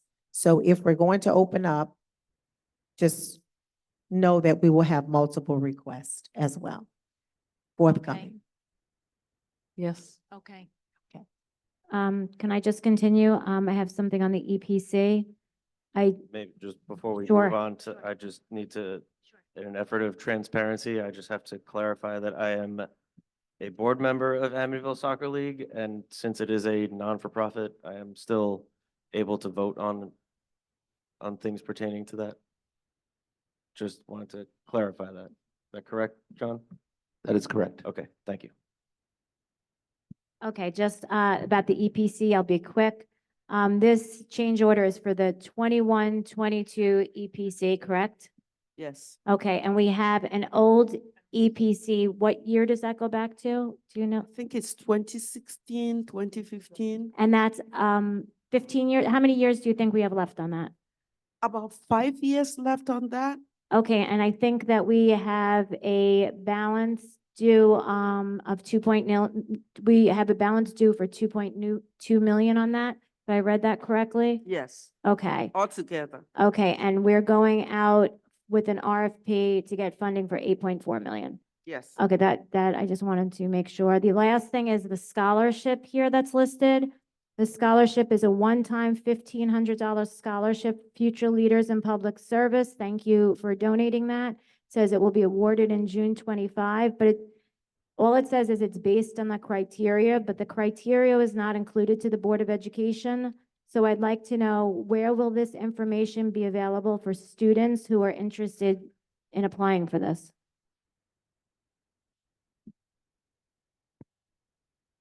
Yes, So, that goes Ms. to the Stevens. guidance office, yes. The guidance office? Ms. Uh, Stevens. Yes, the high school, yeah. So I've been working with the alum who is working with a small committee for the donation. He's developed an application that we would like to put out at the guidance office starting in December. And he'll be looking to collect applications in February so they can make a decision. And how are students notified of available scholarships? Through their guidance counselors, announcements, and on the website. Okay, okay, great, thank you. Any other questions or comments regarding 3C1 to 3C8? Seeing none? I'm sorry. Should I just say that if the soccer club did ask for Saturdays, could we vote on it tomorrow? Since we're gonna be having a meeting on the ATA negotiations? I think we have to open it up to everyone. Whoever's interested. Okay, I think but we already have an application with Saturdays on it. Right? And we have verbally told other programs that we could not, they could not Exactly. use We it are for Saturday, not- so it's not fair to them. I mean, Right. that's We my are not opinion. ready to do that. Would not be fair to the other organizations. Okay. Right, all those in favor? Aye. Aye. Aye. Motion carries 7-0. Can I have a motion for agenda item 3D1, please? Motion? Second, Caroline Fanning, Winnie Canestro, any comments or discussion on 3D1? Yeah, I have a whole bunch of questions and I will try to make them quick. On the budget to actual that we got, and I'm, really happy to see it because it gives a lot of information. My first question, this is now November 20th. What we see goes through September 30th. So it's the first full quarter. Is there a reason why we couldn't also get the October? October will come next month. Okay, so every month we get an Correct. additional month. We're not Correct. waiting for next quarter. Correct. Okay, that's great. Can you explain what is the adjustments column? If there's a budget transfer and or if purchase orders were not processed the year before, it is added to this year's budget because its encumbrances is moved into this year's budget and it becomes an expenditure of the 24-25. So it's basically encumbrances from last year. Correct. Okay. All right, I get that. The next thing, so I went through and just because this is what my eye is drawn to, the deficits in the line items. Yes. And I just highlight where are we showing deficits? Mhm. And in the general fund alone, there's 574,000 in the line items. Mhm. In the federal fund or the government funds, 130,000. So that totals 700,000. Yeah. And not to say that we're running at a $700,000 deficit, it's just in those line items, maybe it gets made up in under expenditures elsewhere. But at this trajectory, if it's the same thing that happens every quarter, that means by the end of the year, it's 2.8 million in deficits that hopefully are offset elsewhere. And what that shows to me is a lot of like flex and wiggle room in the budget. Like there's 2.8 million where it's not really being spent on what you think it's being spent on. So that's of concern to me. Let me start with the federal funds. Some of the federal funds do not end on June 30th. Some flow over into August. Some of them end in August. So when you look at the federal funds, it depends on when the grants end. So it's very difficult to see it when you cut it off by dates. Well, wouldn't that be then in the adjustments line? Because you just said those are encumbrances from the Federal funds- previous year. Yes, federal funds work differently. It's not, we are not carrying over expenses. It's more of the grant, how much money in the grants you have. So I have to sit with you if you want to, and we can go over how the federal funds work because the method of accounting for the federal fund is very different from the general fund. And because the crossover is not exactly June 30th, trying to print a report which reflects the June 30th is sometimes very difficult. Okay. Yeah. So then among these two reports, there's the general, which is much bigger, Yes. and the federal, which is much Correct, shorter. So let's correct. just put the federal to the side Correct, for a moment. correct. But that brings me to the next thing, the line items for the BOCES summer program. This is general, not federal. Correct, Right? correct. Okay. Those were overspent by 118,000. And I bring this up because this was something that the auditor spoke to specifically, the need to make sure that we are paying close attention to the BOCES summer program. Mhm, It was mentioned 2 years ago as Mhm. something needing corrective action. It was mentioned again. mhm. And now I see here in the first quarter, we're at 118,000 deficit Mhm. in that specific thing that has already been flagged. So I'm just pointing out, we got to watch out for that. Okay. Similarly, overtime was mentioned in the audit, and I see we're not running up a deficit on overtime yet, but we're projected to if current rates continue. The three things that caught my eye, the middle school custodial overtime, Mhm. we've already spent 33%, but we're only at the first quarter. The personnel HR office overtime is 50% spent down already, and the business office overtime is 40% spent down already. So like, we're getting off track. Yeah. There were two other things. Oh, I had asked, this is a follow-up to, again, Dr. Talbot, a question about legal expenses. Nothing is showing on the budget to actual, and you said it was because the business office was too busy working on the audit report? Could you, I'm I sorry. hope I didn't say that. Well, I, No. it shows,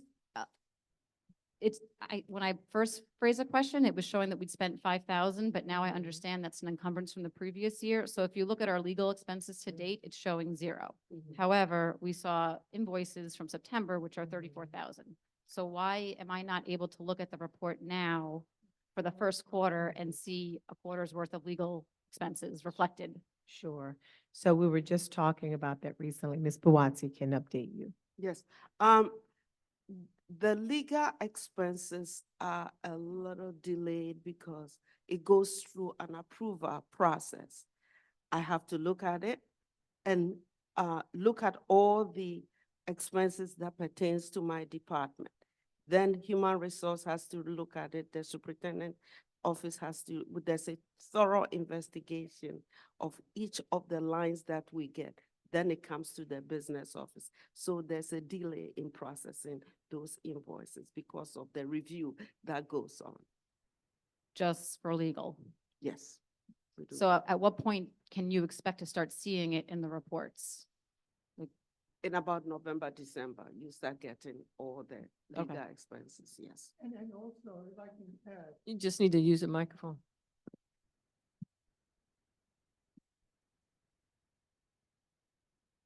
it also depends on when bills are received by the business office. So I'm not saying that legal is not submitting their bills on time. What I'm saying in general, the business office processes bills based on when they're received. And there's sometimes where bills are coming in a month later or a month and a half later than when it's expected. So there's timing involved in terms of when it's received and when it's processed. Yeah, I understand. And it's just that it seems late to not see a bill for July.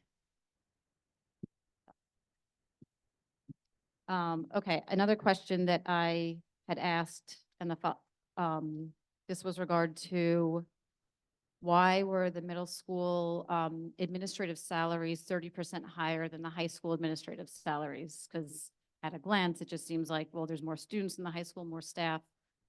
Maybe there's a valid reason. And you explained, it has to do with where people are in their contract and whatnot. But you mentioned there being a middle school dean being paid with a grant. I didn't think the middle school had a dean. So Last year, the middle school dean was paid through a grant. but I'm looking at this year's budget. In the budget for this year. Yeah, and actually, it's almost like piggies back onto what I got confused by several steps ago. Like, I feel like which is why I was scratching my head, but I'll leave that to the side for now. Here, in this year's budget, we have budgeted 30% more for the middle school than for the high school. But we don't have a middle school dean.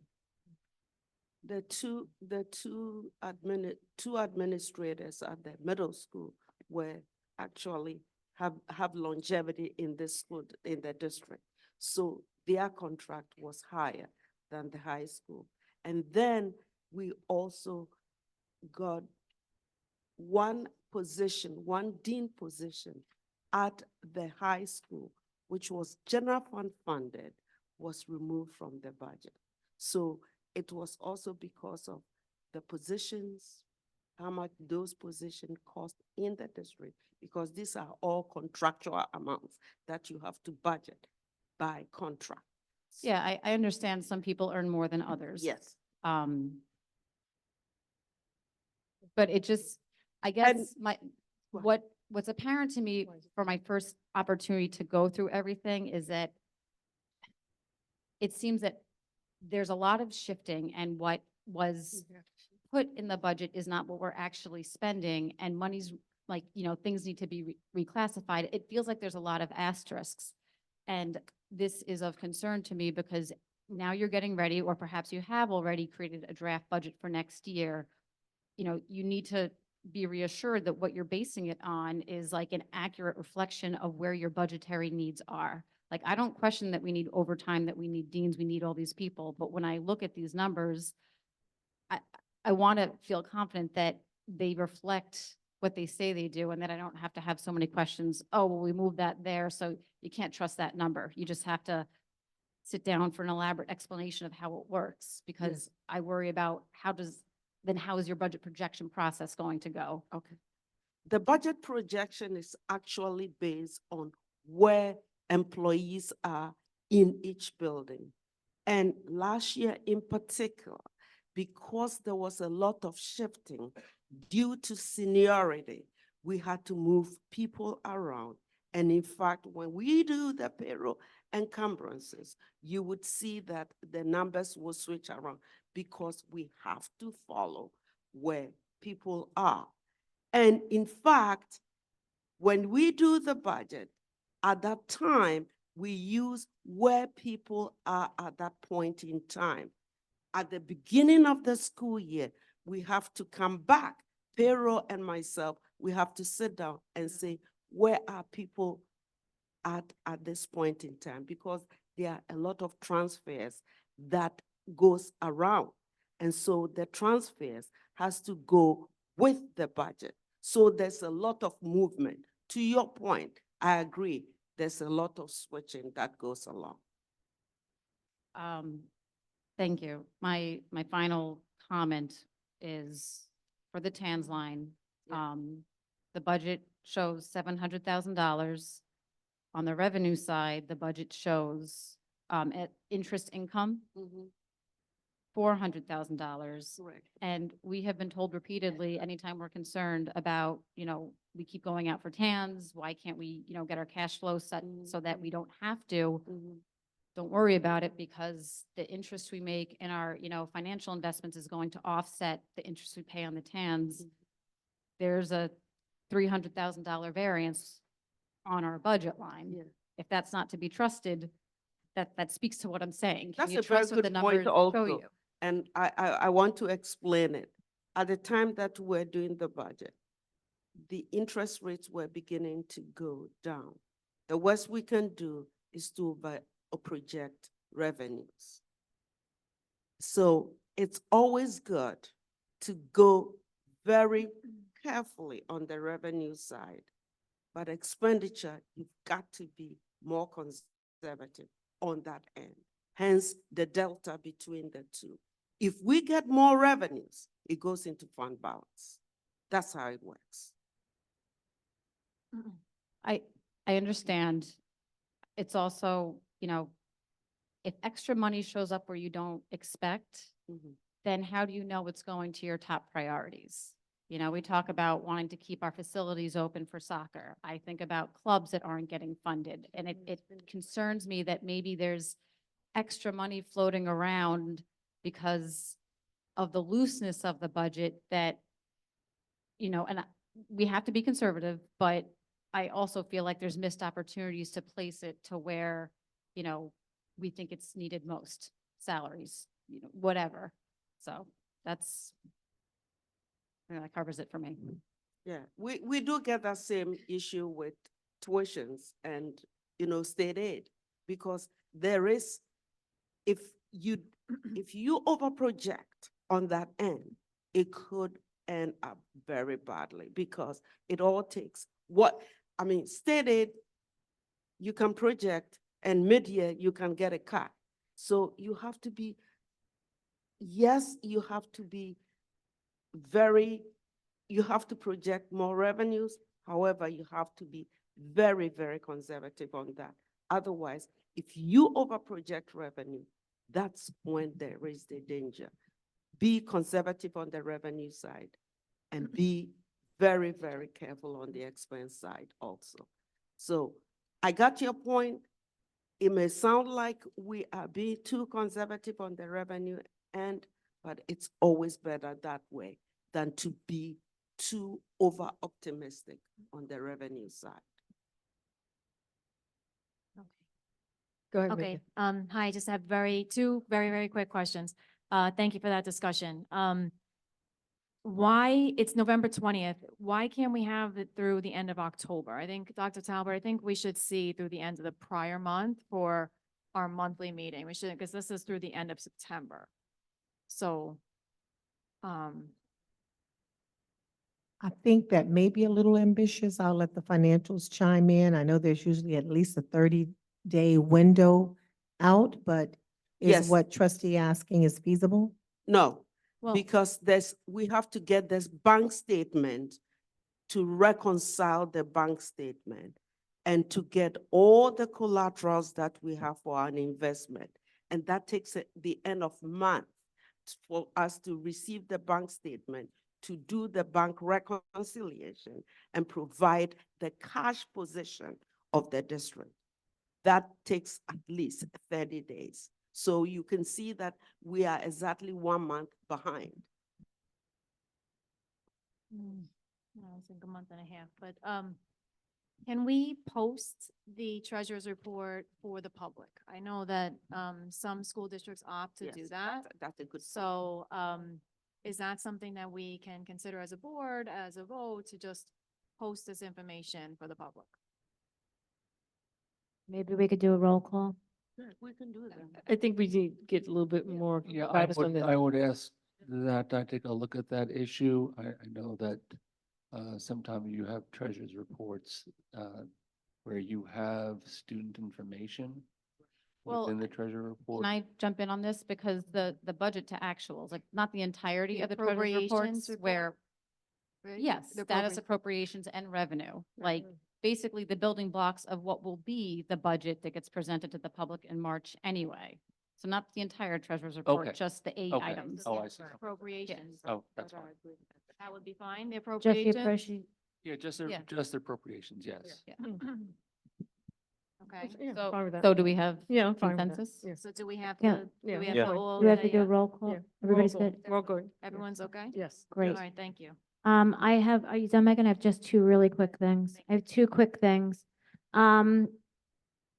Now this goes till the end of September. As of September 30th, overtime for custodians was almost $21,000. My question is, being this is a 24-25 budget, are there overtime sheets established with the buildings and grounds, and are they being approved? Dr. Talbot? There's a mix of both going on because many times custodians are called. There are times when it's planned and the sheets do come before us and we are able to approve it ahead of time.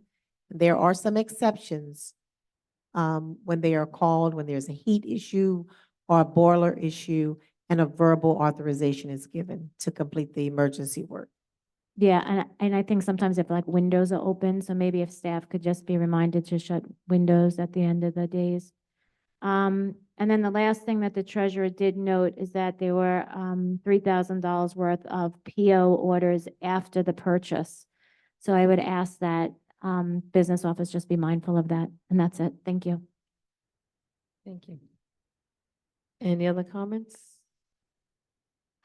All those in favor?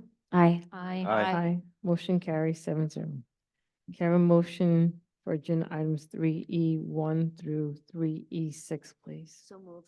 Second. Carol Seehoff, Leslie Kretz, any comments regarding these? Legal, you've looked at these contracts? Reviewed That's them? correct. I'm just asking about number two. Number two cites the 23-24 school year retroactive. Why is that retroactive? Yeah, so And- sometimes school districts will bill us late, and this is one of those cases. And I know Ms. Stevens has been in touch with our PPS director to request those contracts earlier. But that's unfortunately a delay from certain school districts, not usually the vendors. Did you want to add to that, Ms. Stevens?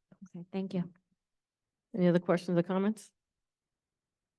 All those in favor? Aye. Aye. Motion carries 7-0. Can I do agenda item 3F1 and 2 together? Sure. Have a motion for agenda items 3F1 and 2. Motion. Chris Nearing is first.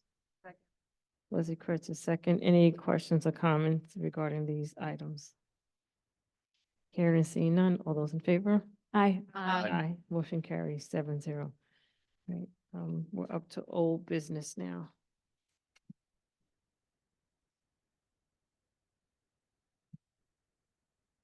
Well, if there's no old business, I'll Oh, go. no, I do. I have Okay, go ahead. Oh, okay, so we met and we established the district goals and we also presented the policy with the updated district goals. And in that meeting, we discussed setting out a survey to obtain community feedback on how, or, parent feedback on how they think we're doing with achieving those goals. So Dr. Tower, I just wanted to ask for an update as to where or the timeline, I guess, would be to propose that survey to the Board of Education. So we are still working through that survey along with a few others. So we are going to need some more time. I would say at least another 2 weeks to get that out to you. Okay, thank you.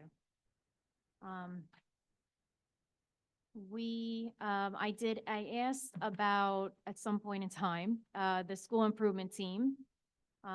We do have a school improvement team for Park Avenue, and we had discussed sharing with the Board of Education documentation of their meetings, their discussions, the recommendations, things that are being implemented. And so I recently asked you, and I guess the response was that there was nothing right at this time. So I guess my questions for you are, how frequently is that team meeting? That's the first question. Okay, so Ms. Stevens works very closely with the principal who governs the operation of the school improvement team at Park Elementary. So I'm going to yield to Ms. Stevens in terms of the duration of meetings and actually when those meetings will start.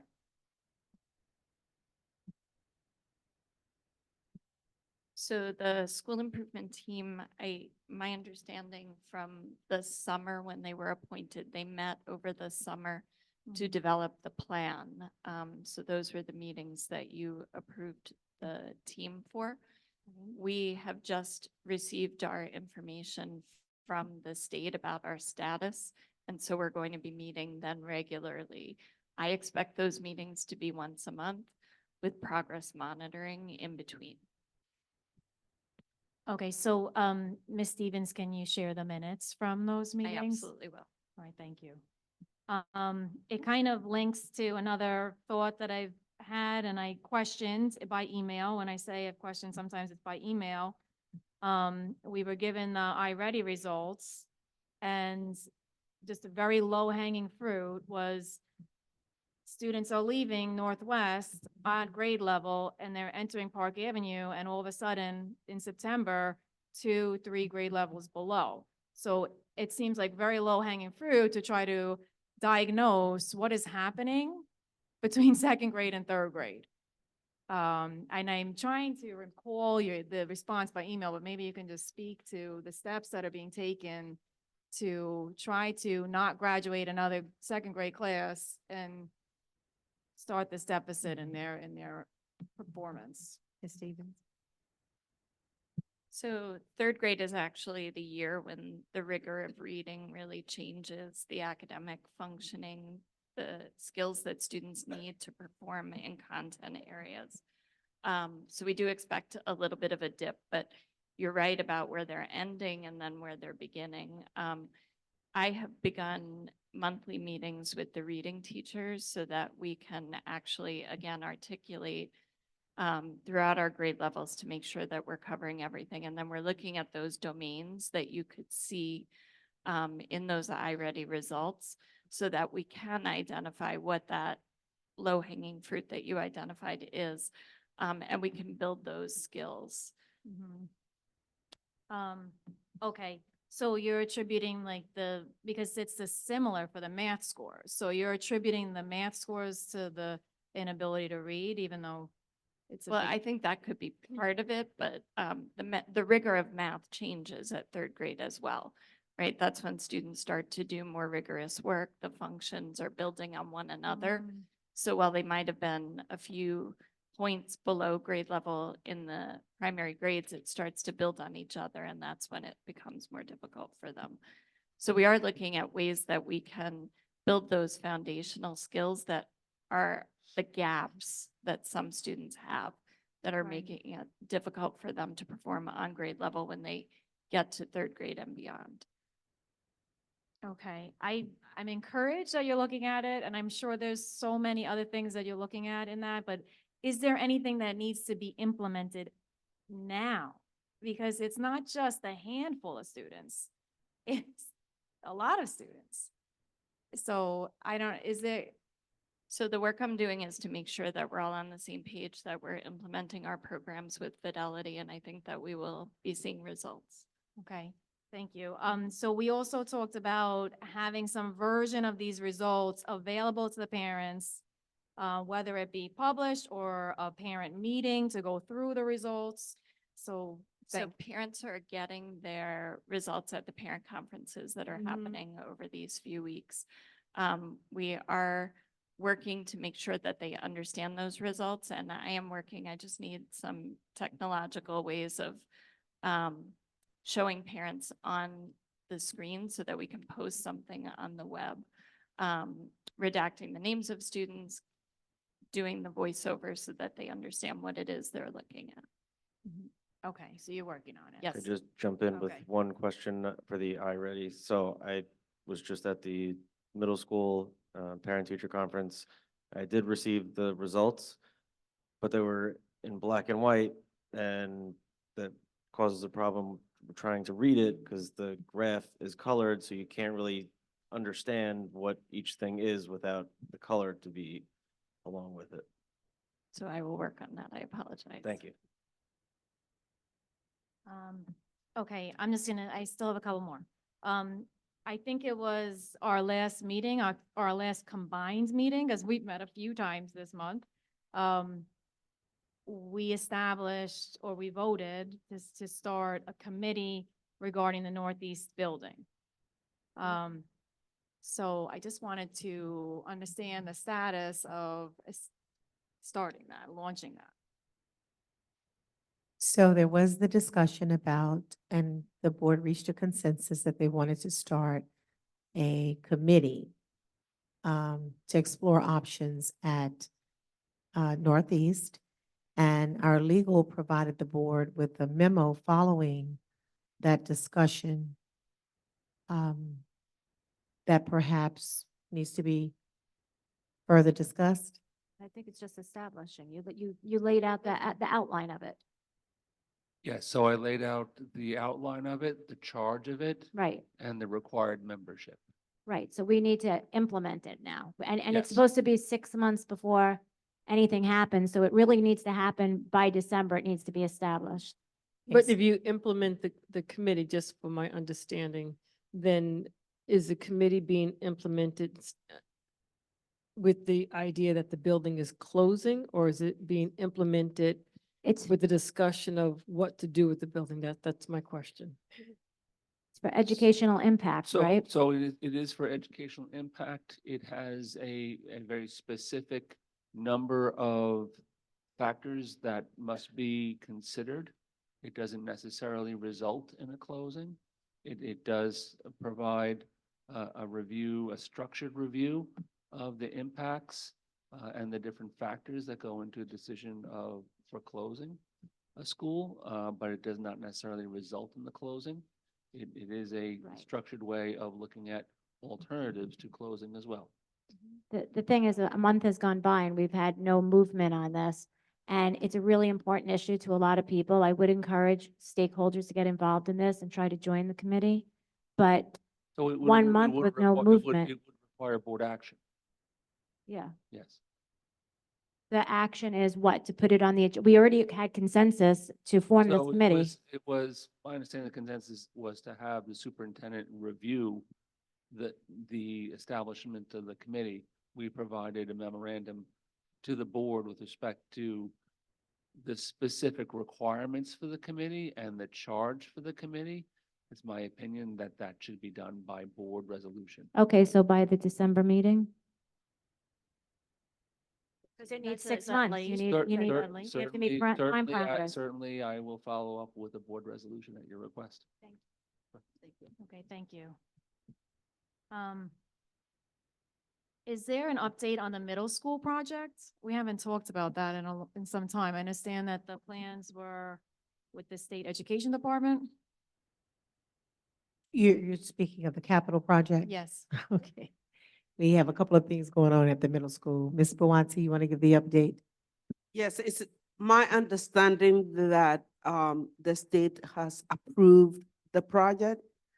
And so the next phase would be to determine on when we are going to bid out the project with the architect of record. Why would the architect determine when we want to bid our project?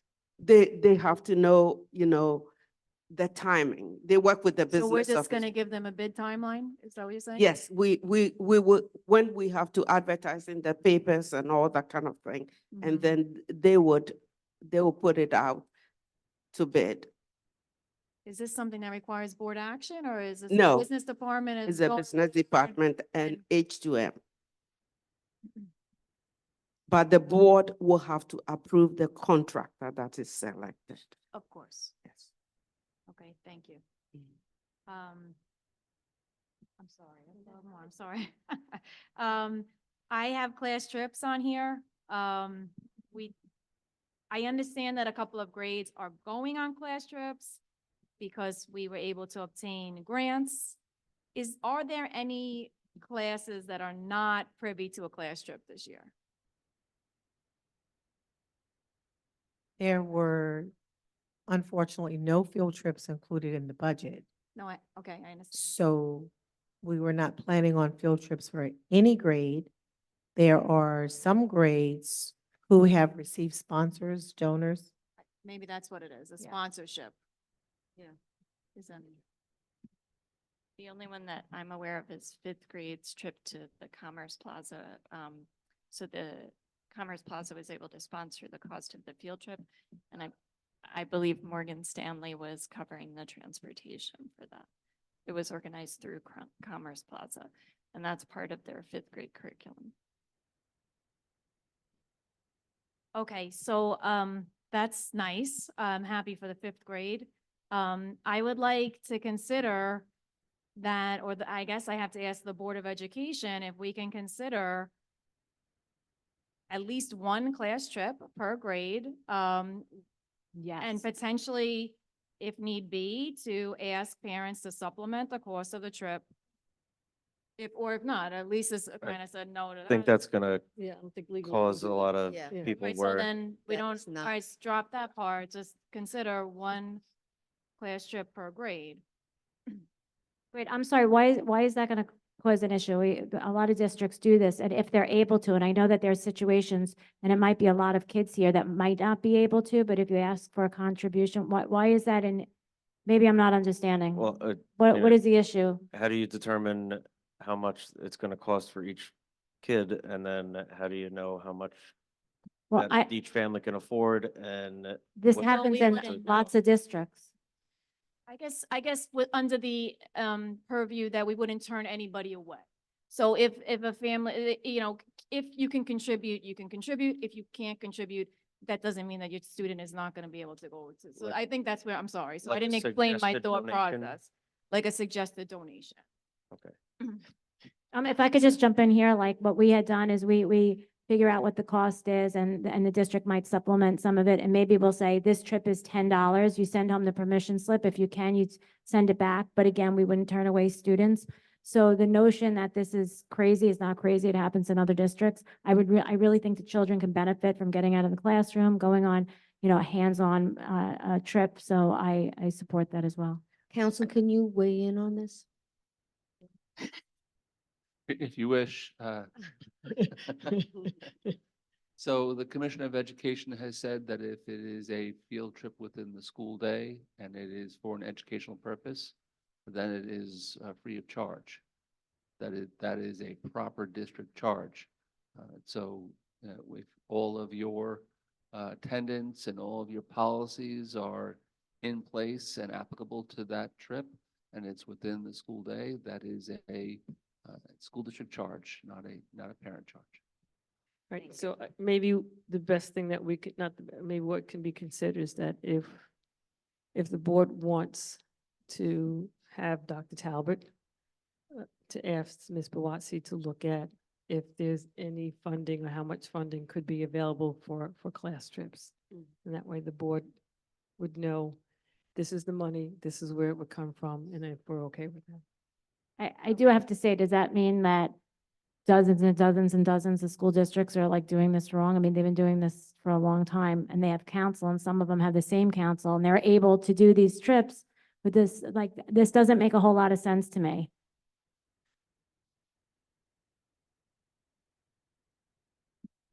You asked for my advice.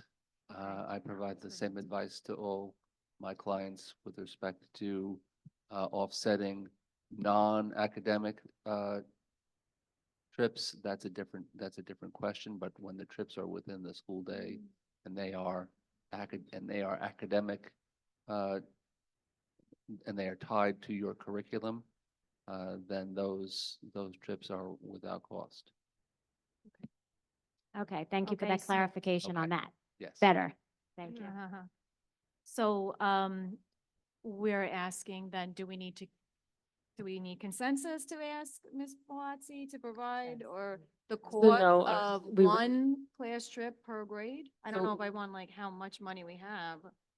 I want to know also, like, what's the cost of one class trip per grade? 'Cause I think historically there's more than one. So we would task it to our superintendent, Dr. Talbot, who then would task it over to Ms. Bawatsi to find Do out we that. need the consensus or no? Yeah, we would. We need- do? We'd Okay. need the consensus. And you're asking for one class trip per grade. Great. I think so. I mean, Yeah. it's already November 20th, so. I'm right, just, yeah. Yeah. so the whole board is understanding we're asking Dr. Talbot to look at one class trip per grade. Roll call? I'm getting ready to get there. Okay. Caroline, Yes. Carol, Yes. Megan, Yes. Wendy, Absolutely. Chris, Yes. Leslie. Yes, go ahead, Ben. Oh, boy, I'm sorry. I have three more. This is quick. At one point in time, we talked about adding a buildings and grounds tab to the website. So I just wanted to pull that out again. It's Um, in progress. In progress. Awesome. Especially if we're going to have a middle school capital project and the EPC.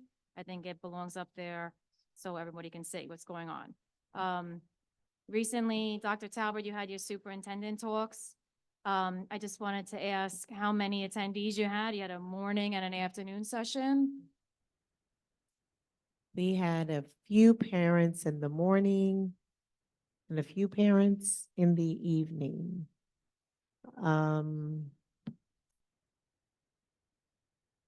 Okay. Actually, one parent in the morning and a couple of parents in the evening. I don't have the roster before me, but it was a very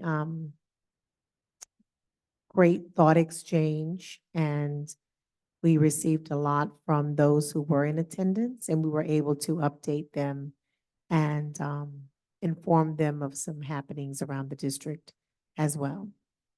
Okay, thank you. I think it's a wonderful opportunity for parents to come and talk to you one-on-one because you can get a lot out of a fluid conversation. I just wonder if it is such a low attendance, should we think about different days of the week or a different location? Maybe try to meet parents halfway if you change, I don't know, because you were at Park Avenue both times. I don't know, they want to go to high school, or they want to go to Northwest, I don't know. Yes, Just some- outside of those meetings, I pretty much meet with parents about 3 or 4 times a week regarding matters in the schools. Some of them are around concerns they have with situations their children are facing, and some of them are also about just some general inquiries. So we do meet frequently with parents. I do invite all parents to join us for the Community Connections Let's Talk. It's a way for us to build bridges and break barriers and grow together and gain insight and listen and learn as we lead to bring Amityville to higher heights. So we're very open to parents, and we are looking at any adaptations we could make to increase attendance. The first meeting, we had over 10 parents to attend at night. Some of them articulated it was a little difficult to get out. So we may even look at some virtual options where parents can join us virtually as well. So we have been Okay. discussing some options. Okay, that sounds good. Thank you. And maybe just along with like how we're adding like that a translator would be available, maybe we have to offer that an interpreter or a translator can be available then. And they are Yep, there. We they do are have there. translators there, yes. Okay, thank you. My last one, for old business, the ruler program. I think again, at the 1023 meeting, we talked about sending out, she's giggling now, a survey to the teachers to get the feedback on the ruler program. Yes, and we're Okay. working on that survey as well. Okay, And we have had some preliminary conversations, and we're collecting data that way as well, but the survey is forthcoming. okay, maybe before the 12/11 meeting, or Yeah, is that, should be okay, out. all right, thank you. You done? Are you done? Yes. Okay, if I could just pick up from here, I just have a few things. First, I don't want to, I'm sure that it might be frustrating to hear us talk about a middle school project or an EPC project, and we're short on staff, and we have outstanding, bargaining units with expired contracts. But just know that we're tied into this contractually, and the money is allocated. So I just want you to know that that is what it is. It must sound very frustrating. So I just want to acknowledge that. A few things, the Warrior Awareness Whack Pack Club. I was advised that this wasn't continuing. It's been something in the community for 20 years that a lot of kids utilized and found and really loved it. And some of our own trustees have done it.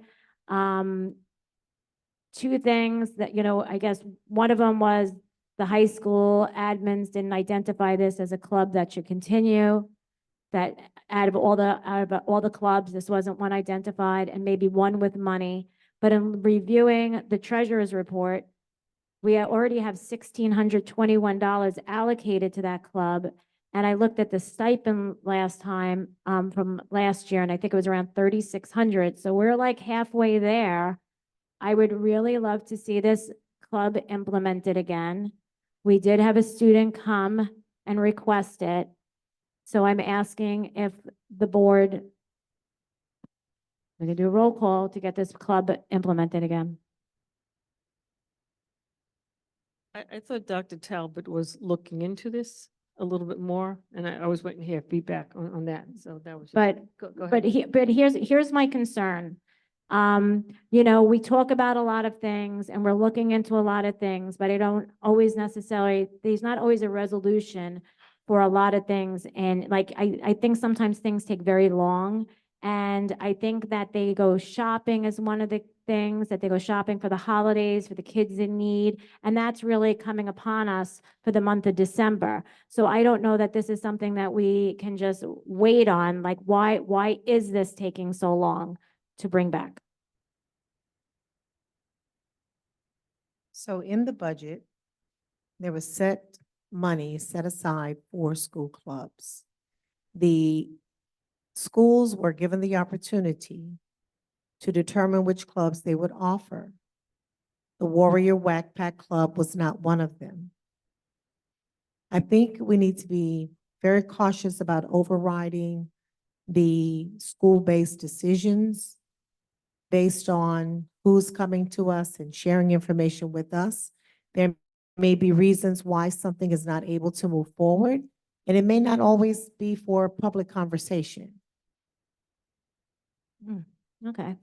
A couple of other things. I know in the past, when I had gone to the back to school night, the kickoff for the APTC, and speaking to a lot of parents didn't speak English. I had Ms. Rodriguez was the interpreter, and a lot of the parents were asking for English classes. And I know we talked about at the library office, the English classes, but we spoke briefly about partnering. So that was in September. Has there been progress in trying to partner together where we could bring something into the school or maybe get them a library card so that they can know to go there? I'm not sure, I would think, like you say, it's an admin responsibility to kind of figure that out, how to partner, but the library is a wonderful resource. And if the district's able to partner, have we looked into that at all? First time I'm hearing of this, but it is certainly something that we can look into. Okay, if you could let us know, I don't know, I guess at the December meeting, can you give us an update on this? Sure. Thank you.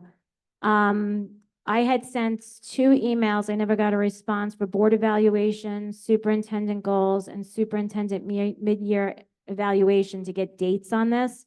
Because I didn't get a response, I'm bringing it up in public so that hopefully the Board of Education can get this on a calendar. That those things should be done, and board policy drives that. For board evaluation, that's one of the areas, I think it's in the 000 section. That was the reason that I wanted to do that particular section in order to go over the board evaluation process. So there's a policy there as well as an old template that was utilized years ago. There's an updated template. And so at our policy committee meeting that we had the other day, that was one of the reasons that I wanted to do the 000 as well as the superintendent evaluation one. Okay, so we still have to do the superintendent goals and stuff. We're meeting, I think, on December 4th. So if we could do that, because it's really important that we evaluate ourselves as a Are we the whole. 4th or the 5th? Or the 4th or the 5th? I thought it was the 5th. Maybe it's the 5th.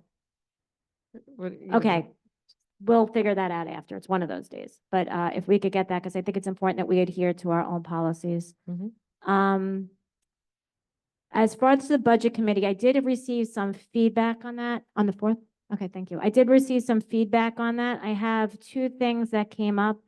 That a community member was charged with being the secretary, but when we were given the outline, that wasn't in the outline to the Board of Education that we would be tasking a community member for that. We do have the financial consultant who's running it. I would think that he could just keep minutes. Minutes are the action items. That's my first question on that.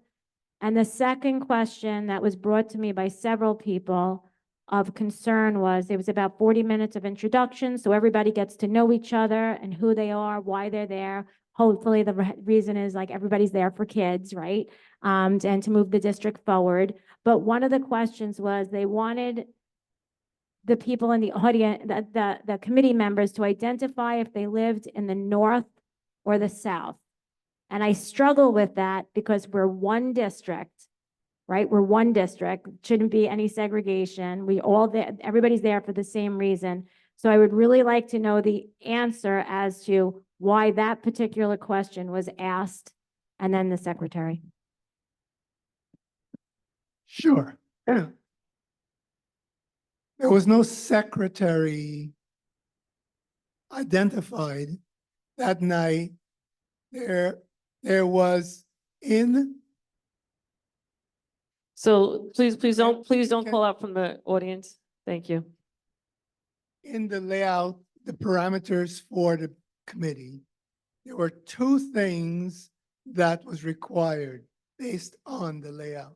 One is to identify a co-chair for the committee. Second was someone to provide minutes of the meeting. These minutes will be shared with the board after they're approved the following month that the committee meets. These minutes will be supplied to the board for their information. Yeah, minutes are important. I agree with you. But I didn't see that. I don't know what secretary we're talking. A minute taker, not a secretary. Okay, so the minute Different. taker, but Yes.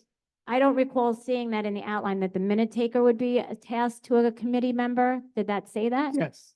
Okay, thank you for that clarification. And can you just explain why that one question was asked and why that was important? one question was asked because I want to know whether the committee represented community across the entire Amityville district.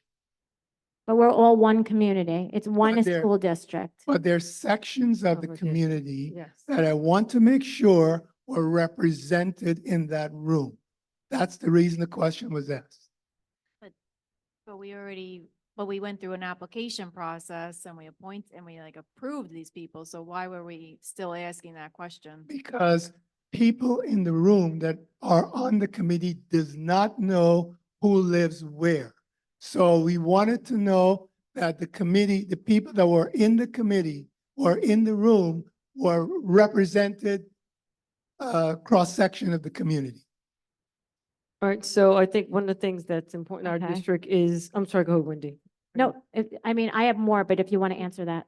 No, I'm not answering, I'm just gonna make Sure. a statement that, yes, it is Annandale School District, but Annandale School District encompasses 3 different areas within our community, which is South Amityville, North Amityville, as well as East Massapequa. And so it's three areas that encompass our district. That was just a comment I was gonna make. But I guess when people applied, there was no caveat that you had to live in a certain section No. of the Amityville School District or that you would be considered otherwise. So No. I hear what you're saying. I hear it. Mhm. I don't necessarily agree with it. I do think we're one district and But we I think we that's saw where the you're kind addresses. of wrong, not wrong, but this is where a difference in opinion exists. Okay.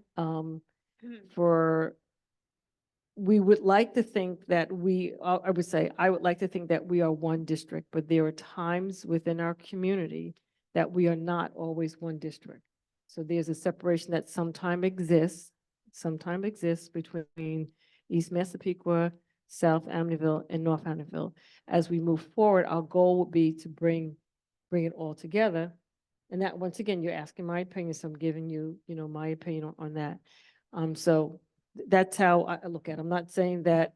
As a Board of Education, we should really encourage unity, that we are one school district, that we will all equal, and that everybody has an equal voice, whether it's in the community that comes up to speak with us, whether it's for or against us, whether it's staff, whether it's parents. I just really would like to move away from, we are 3 separate districts. It's not always fair. We set the standard. We are the top of the chain. We should be unity, and this is what we should be projecting out.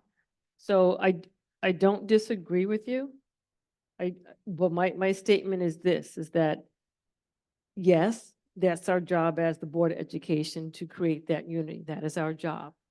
And that's one, but it does exist. I'm just making a statement. It does exist that within our community, I'm not saying everyone in our community believes this way, but it does exist that there's a feeling of separation in the different areas. Once again, as a board, our job as a board is to help bring this community together. I'm just making that statement. Chris is waiting. Just have a comment. I think Carl's motivation was just to make sure that the rest of the committee was understanding that the communities were represented. Right.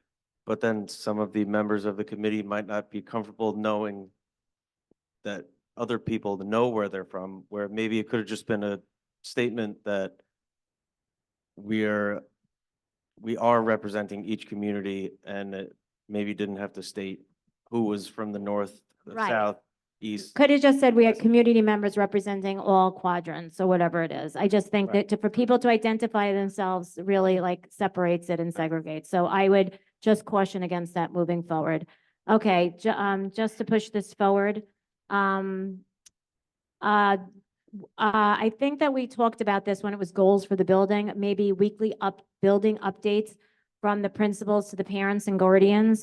Dr. Talbert, I think that you've mostly been doing that every week for the district, but I don't know if we need a board consensus. I don't know if the other board members agree with me, that it would be nice if the building principal just set out things. For instance, I'll just give an example. If it's the high school, this is happening at the high school sports with this, whatever happened with the clubs with this. We had a visitor here, whatever, you know, We do get that. the Well, weekly. We at- get that in at the least- at least- transmittal. No, no, no. I'm not talking for the Board of Education. I'm talking the principals to communicate it with their parents and guardians, But like an the- email. But push the out. high school, I know for the high school, we do get a, through, Weekly? yeah, through Parent Square, we do get a weekly. I'm not, yeah, I'm not too sure about the other schools, but I know at the high school, we get a Parent Square. Perfect. Yeah. Okay, I don't think it's for every building. Yeah. Okay, but I know at the high school that we. do. Yeah, so it's great to hear that it's at the high school. So if we could just make sure Dr. Talbot is consistent with all the schools, you know, just for consistency in the school district. Okay, all right, keep going. I can't hear you. I'm No, no, sorry. yeah, I we're not, apologize. yeah. Okay. Just a couple other things. This has come up. Parents have expressed this concern to me that the sporting events at the middle school, that their peers aren't allowed to enter unless they have a parent with them, but a lot of them have working obligations or they have childcare obligations and they can't get over there. And one of the things that like made me sad to listen to was they said when they go to away games, the other teams have all these kids in the bleachers cheering them on. And then Amityville doesn't have that many kids. And I just don't know why there is such a parameter not to let the children in, right? We're paying for supervision or we're paying for the security guards. Like, can't we operate that all kids are good? And then if there's an issue and has to be addressed then and let the kids in? I mean, for morale for the children, for, you know, team spirit, like we keep saying, we want to change the culture and we want there to be pride. I think this lends itself to allow the children to cheer on their other kids. If there are issues of behavioral issues, then they should be taken out, you know, specifically for them, like a whole building can't be punished that you can't go to a game because they might be some not well-behaved children. I would like Dr. Talbot to answer that. Thanks. We'll follow up with the middle school. There has been some conversation around that, and we'll follow up for definitive. Thank you so much. And the last thing I have is, you know, we've just been keeping track of suspensions and so forth. And, you know, they've been 23 suspensions at the high school in 2 weeks alone. That's a lot. You know, I worry with, and I know we were gonna go do this, survey on the ruler with the social emotional support, but at that many suspensions, I don't know if it's effective. I don't know, you know, some of these seem like extreme for the offense. So I just want to really, I think we've talked about restorative justice before. Dr. Talbot, you said that is happening at issues, but when I look at the code of conduct and I compare it to other school districts, we have 14 pages of like offenses, starting from pre-K up to the high school. And I just worry, I think to myself, are we creating kids that may be leaning towards oppositional defiance because there's such punitive results for them starting from a very young age? So I would just ask that to be considered in all of this, in our approach. And that's it.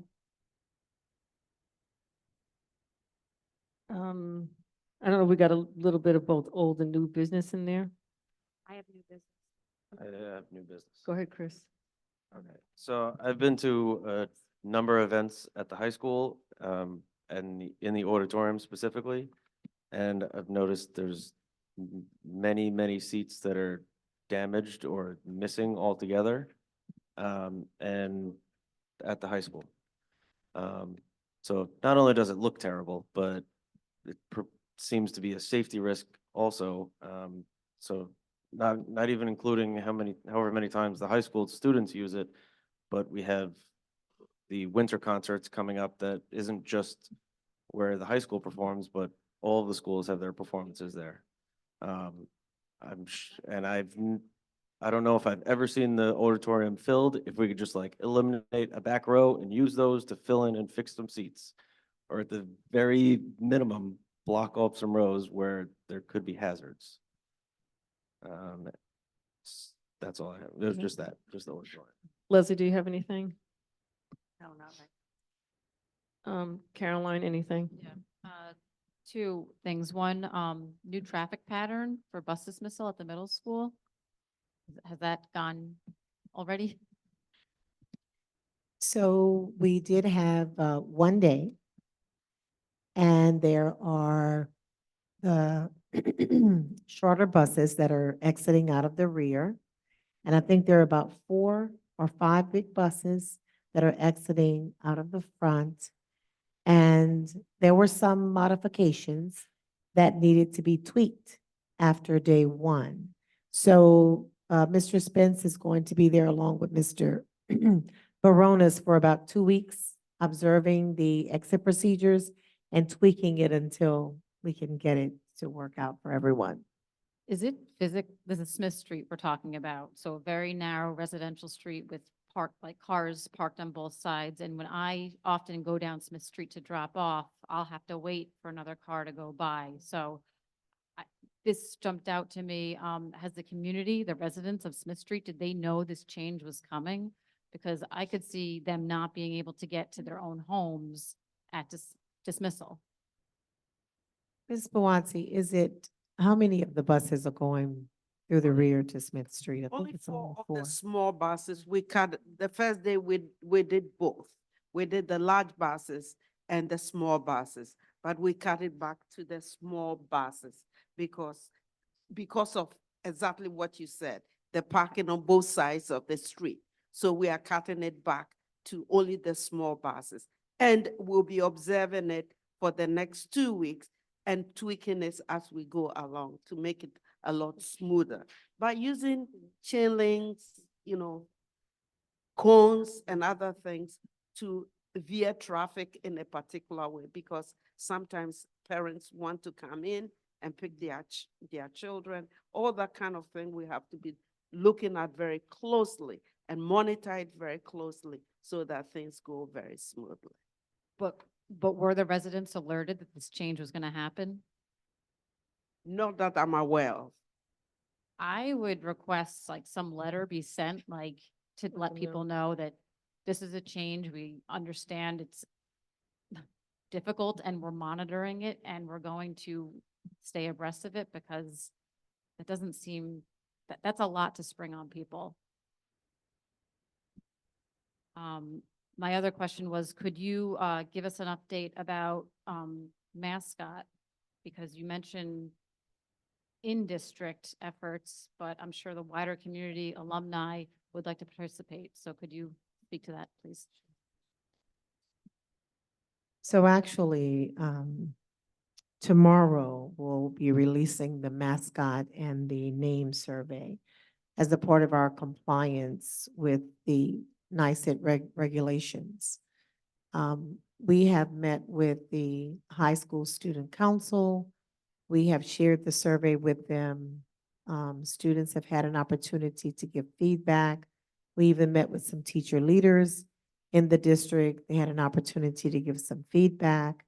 And so we've been tweaking it, and tomorrow the survey will go out. As you know, the regulations regarding indigenous names and imagery must be removed by the end of June 2025.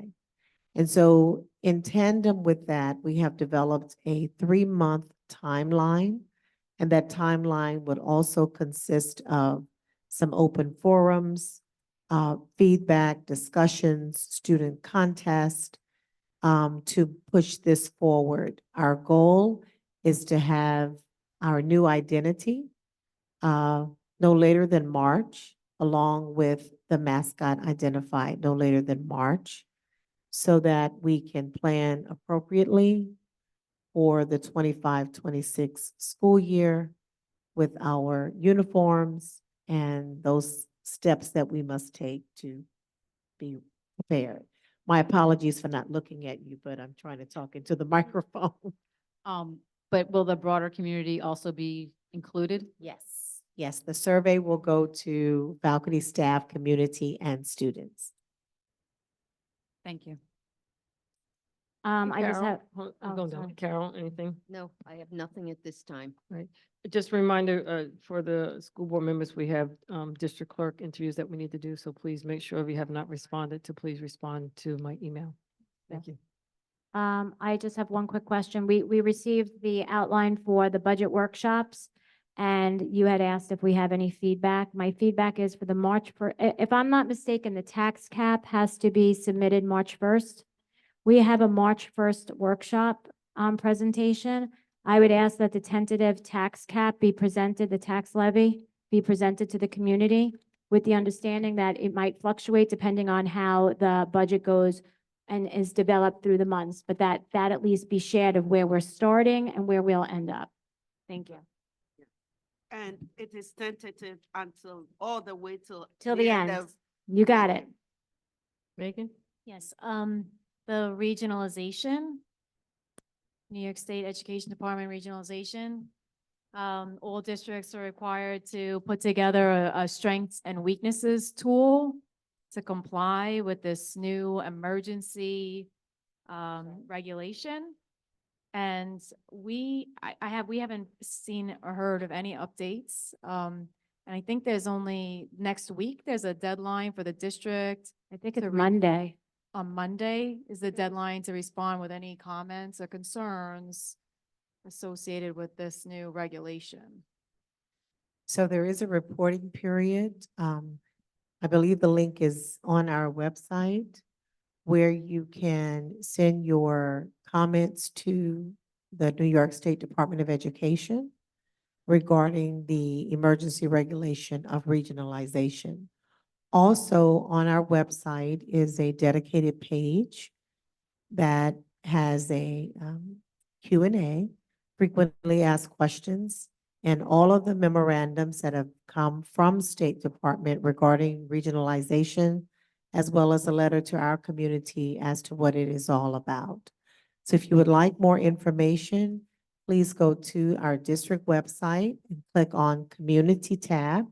And under the Community tab is regionalization, and there's a full page with information for your review. Okay, I'm concerned on that tab that it says that it's voluntary for the district to be part of this regionalization where BOCES is going to oversee all of the districts. So I read the regulation and nowhere in there does it say it's voluntary. So it seems, and there's a lot of districts that are actively opposing this and unions because there's consolidation of staff amongst districts. So seemingly the state is moving towards trying to save money and consolidate resources. So there's a lot of gray area and room for questions and comments from districts to be going back to the state, and that's all due by Monday. And then we haven't seen our district's strengths and weaknesses tool as well. So the strength and weaknesses tool is due to our Western Suffolk BOCES on December the 6th, correct? And so we can provide the board with an update on that for next week. If I could just jump in, the only part the regulation says that's voluntary is for the big 5 school districts, charter and private schools. So one of the bullet points on that tab says that it's voluntary, and the regulation doesn't say that it's voluntary. So I would ask that that be updated, correct, to correct information. 7 times throughout it's important to read the regulation and not just the letters, going around about it. But 7 times it does talk about reduction of staff. So this is why some unions are concerned. And it talks of finance and enrollment issues, but it doesn't get into that. I do have a question for, and the other thing too is there is an administrative fee for implementing this that I read about this. And, if BOCES says something like they keep saying these conversations, but nowhere does it say Board of Education anywhere. So Board of Education's are kind of being cut out of this. And you elect us to make decisions on behalf of the school district for the community and the children we know. And it seems like we'd be taken out of that loop a little bit. But I do have a question for council. Is BOCES exempt from the tax cap? Because there has been, I have gotten mixed answers on that. And I was told that they don't have to adhere to that. And one of the concerns is if they make decisions that it might affect our taxes. So I'm not sure the accuracy of that statement. So I didn't know if you know that offhand. I don't know that offhand. I'll take a look at that, but I think you have to look at, with respect to that voluntary issue, there have been updates to the SED, frequently asked questions. Right, but if you read the regulation and not SED's letter, the actual regulation doesn't say that. That's true. That's true. So I'm not gonna Yes. go off of a letter with somebody's like paraphrasing. No, I'm gonna go off yes. to the So actual that- regulation. So that is an issue. Correct, that they don't match. What state ed is putting out, what BOCES is putting out doesn't necessarily match the regulation. So it's really important that people read the regulation. The other thing that is an issue is they keep saying it's an emergency. What's the emergency? Nobody's told us what the emergency is. So it's just, do your own, information finding, independent information on this. And please just update the tab on the voluntary on the website. That's it. Thanks. Any other new business comments? So now we're up to community input regarding non-board agenda items.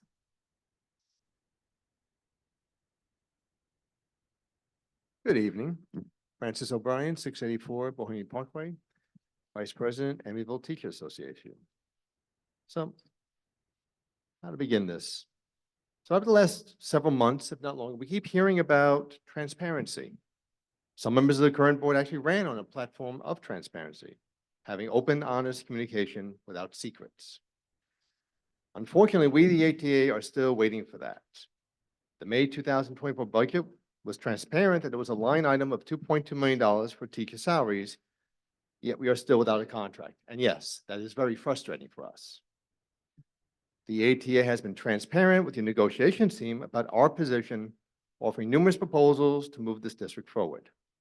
This isn't a game of one side winning and one side losing. Rather, it's a matter of having transparent discussions to come to a solution that is workable for all involved. In response to our numerous proposals, we have not received a transparent answer, data, or other supporting documentation as to why they were rejected. What is transparent is that Amityville is one of the lowest districts in terms of compensation on Long Island. It is also transparent that the 123 other districts on Long Island face the same challenges as does Amityville, regards to filling positions during a teacher shortage, retaining teachers in a competitive job market, and confronting rising healthcare costs. Yet somehow they are able to do so. In conclusion, I, as a vice president of the ATA, will be transparent with you about how the current state of the Amityville School District is affecting our members. And this is simply based on my conversations with several of our members. Some have taken on second jobs, others have reduced household spending, and still others have reduced or stopped contributions to their retirement plans because they simply cannot pay their bills. What is hopefully transparent to all is that the district continues on its current trajectory. More teachers will leave because they simply can't afford to stay. As to where we go from here in terms of reviewing our proposals and the data the AT has provided, well, as several of you have stated tonight, that's for the board to decide. Thank you.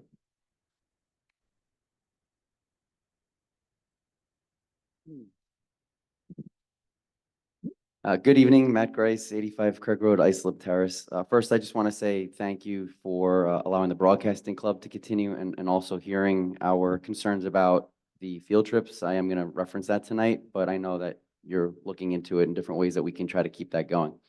It was encouraging to hear at last week's board meeting about the positive direction indicated by the district audit report, showing the district has more funds than initially believed. Replenishing our fund balance is indeed crucial, as it's key in stepping towards removing Amityville from the state's fiscal distress list, where we currently rank as the worst of over 670 districts. Achieving this in a single school year would be a significant accomplishment. However, it feels like this financial focus is coming at the expense of our primary responsibility, which is serving our students. We've already discussed the negative impact that across the board staffing reductions have had on our children.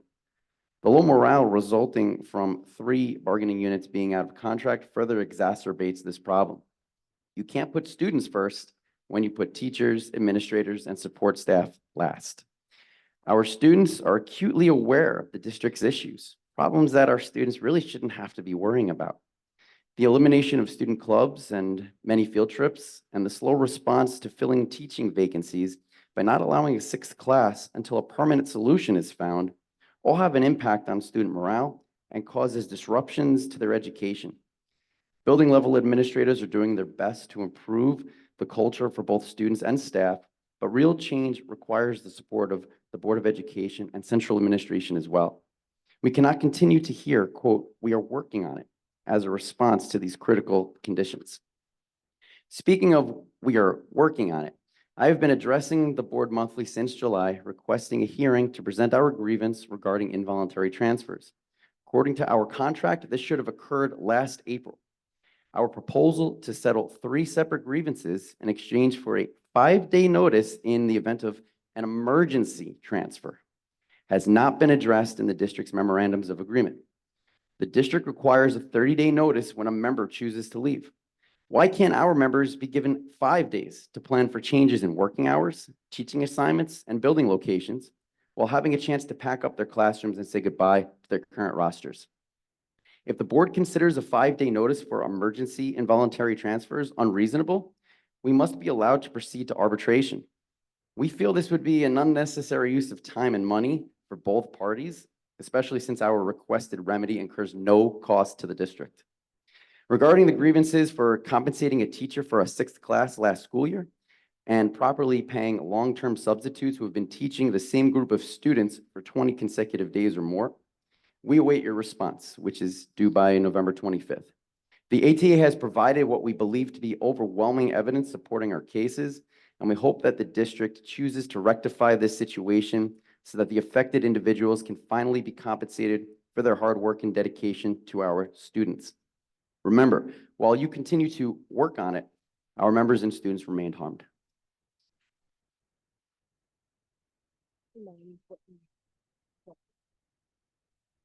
Nakia Wolf, 100 Avalon Court, ATA President. Good evening. Tonight I stand before you disappointed. We have been in negotiations for over 2 years, and June 30th will mark 2 years since our contract has expired. One would think that negotiating for over 2 years would be a sign of progress. The last time I stood here, I asked that our meetings occur more frequently. It should not take a month in between meetings at this stage in the game. We have worked with you, provided endless documents that have supported our stance, invited you to come to the meetings to show that we have been prepared, done our research, and are realistic relative to what we are asking. We have tried to bring transparency to these negotiations only to have it not reciprocated. It has become apparent to us that the district is trying to engage in stall tactics, taking a month on items that could be resolved with a phone call. Board of Education meetings have been scaled down to once a month, but how many meetings pop up randomly during the week in which our contract could surely be on the agenda? In addition to the stall tactics, it is clearly evident that we are not valued. There are 124 school districts on Long Island, and we fall within the bottom 8. 116 districts have better overall compensation than us, looking at salary, longevity, and health insurance. It is not that we can afford competitive salaries. This district doesn't believe in giving them. Yet we accelerate the salaries of new employees due to the fact that our salaries are so low. Even among school districts that compare to us in total compensation, we are last. However, we consistently go above and beyond, but we are not a priority. We don't even have a board majority that support us. As a matter of fact, the current and new board claim that our contract was a priority. I believe those claims lack transparency. We are professionals and we will continue to do our job, but why should we go above and beyond for a district that doesn't value us? The difference between the district and this union is that they say they value us. We show that our district is important. This is now clear, which brings me to Northeast and the potential accessing of more staff. There are a handful of districts on Long Island that have investigated in 4410 partnerships. Of that handful, 3 districts have them. My question is, have we contacted those districts? We've known about this since last year, and we're approaching the midpoint of the school year without a clue as to whether or not a 4410 would be a fit for us. Can't we just pick up the phone and make an inquiry? isn't it worth saving a building, a staff, and an early intervention program in which 93% of the students rolled over to Northwest this past year? Northeast helps to provide early interventions and reduce the need for bilingual and special education services, which are which could be money-saving factors. Northeast wasn't the problem, and it isn't the problem. It is obvious we need people who are committed to seeing Amityville succeed and have the wherewithal to do so. We need the support of the Amityville community to help us make a change because we don't have enough of the right people in a room to make that happen.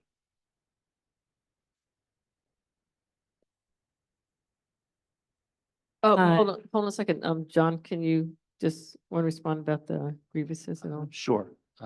So I just want to respond with respect to the grievances. I provided Mr. Glenn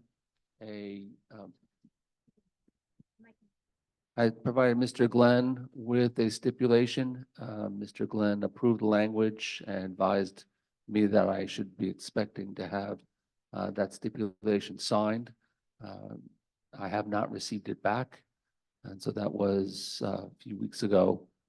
So perhaps there's some miscommunication between the ATA and the labor relations specialist with respect to that issue. With respect to the Board of Education has dedicated hours meeting with council to address the status of negotiations, and we will continue to negotiate in good faith with the ATA and the bargaining units. I think also too, there's been discussion as a board that as we move forward, we get a little bit closer, that we're more than willing to be in the same building, upstairs or downstairs, whatever it may be, to finalize negotiations. And then also I think the 6th period, was that something else that was addressed in that? Right, so the clock is stopped with respect to both of those outstanding grievances, and we were reviewing the documentation provided by the ATA. Go ahead, Megan. I just want to say that I was under the impression that tomorrow's ATA negotiation was with you in the building, so I am disappointed to learn. No, that was not part of it. I'm disappointed. to No, learn That was- that's that- not- That was part not of it. part of it. I thought that we spoke about. No. No. No, we did not. That was not part of it. However, not I part would of it. like to see that happen as soon Yeah. as possible. So that was not part of it, yeah. Yeah, I know we've discussed that happening, but I don't think it was ever settled on when. Why don't we make it happen? So after tomorrow's meeting, at the end, we can state. what we That's wanna up do. to the Board of I think Education Is and it because we didn't advice get of the council. consensus? Like what, where did we drop the ball? Like, we talked about it. I just, So, but it's very My frustrating. recommendation is to Exactly. have those discussions in executive session. Exactly. Okay, thank you. Any other community input on non-agenda items? Hi, good evening, everyone. Madeline Quintine Makani. Good to see everyone this morning, this evening. Just wanted to let you know that Northeast School is not an option to take off the table. And we are very, very serious about this moving forward and making sure that Northeast stay viable in the community. We will be taking some actions as a community and coming together and trying to see what we can do to make sure that that happens. It is not an option to take off the table. Northeast School has been a cornerstone in the North Amityville community for years and years and years. And my mother was one person with other several leaders in the community to make sure that that happened. I will not see my mother's efforts go down in flames. I will not. It has to stay. She did not do all of that for nothing. And her life was worth living. And she gave her life for the North Amityville community. And then I tell you, and I will do whatever I have to do to make sure that that stays in the community as a cornerstone. And then I also wanted to let you know that we are working on the 100 Black women. We are working on what we just have to do. I think we have come to a resolution, and I think I will get back with the superintendent, and we will move forward. But I just need y'all to back off of Northeast because that is not an option. It's good to see all of y'all this evening. Have a great night. I'm hoping moving forward, y'all can make these meetings a little shorter. Thank you.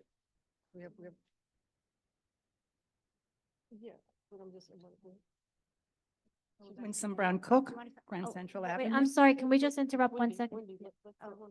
I just wanted to remind Ms. Quintine about the committee. She's leaving. Don't you want to tell her? once the committee goes up, we can. Oh, okay. Okay. Maybe she didn't hear that. No, I think she's been here.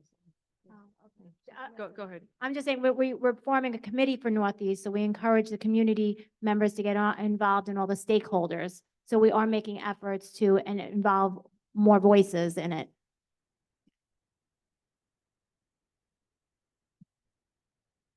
Good evening. As much as I appreciate the discussion that this board has, I really think you should be considerate of the community. This meeting is way too long.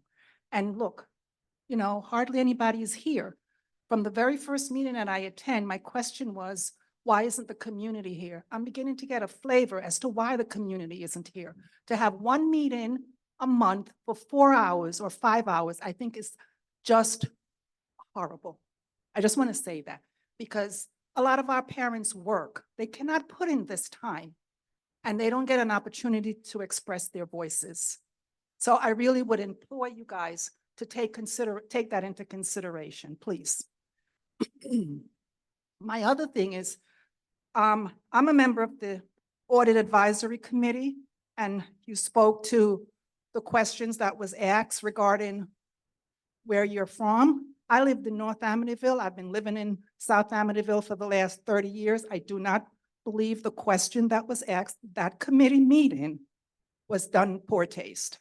It's important for us to have known where the members of that committee comes from. And there is a difference with North Amityville, South Amityville, and East Massapequa. I've lived here all my life, and there is.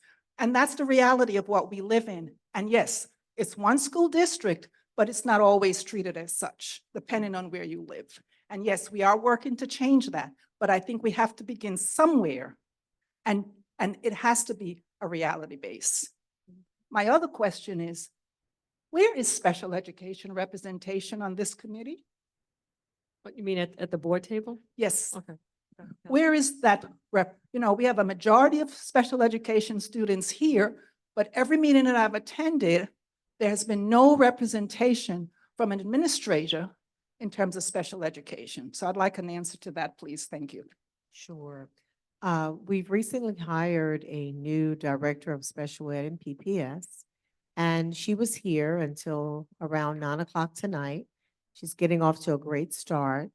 Her immediate supervisor is Ms. Mary Stevens, who would actually, I guess if we were to look for a special ed representative, would be housed in her person because she works with her very closely.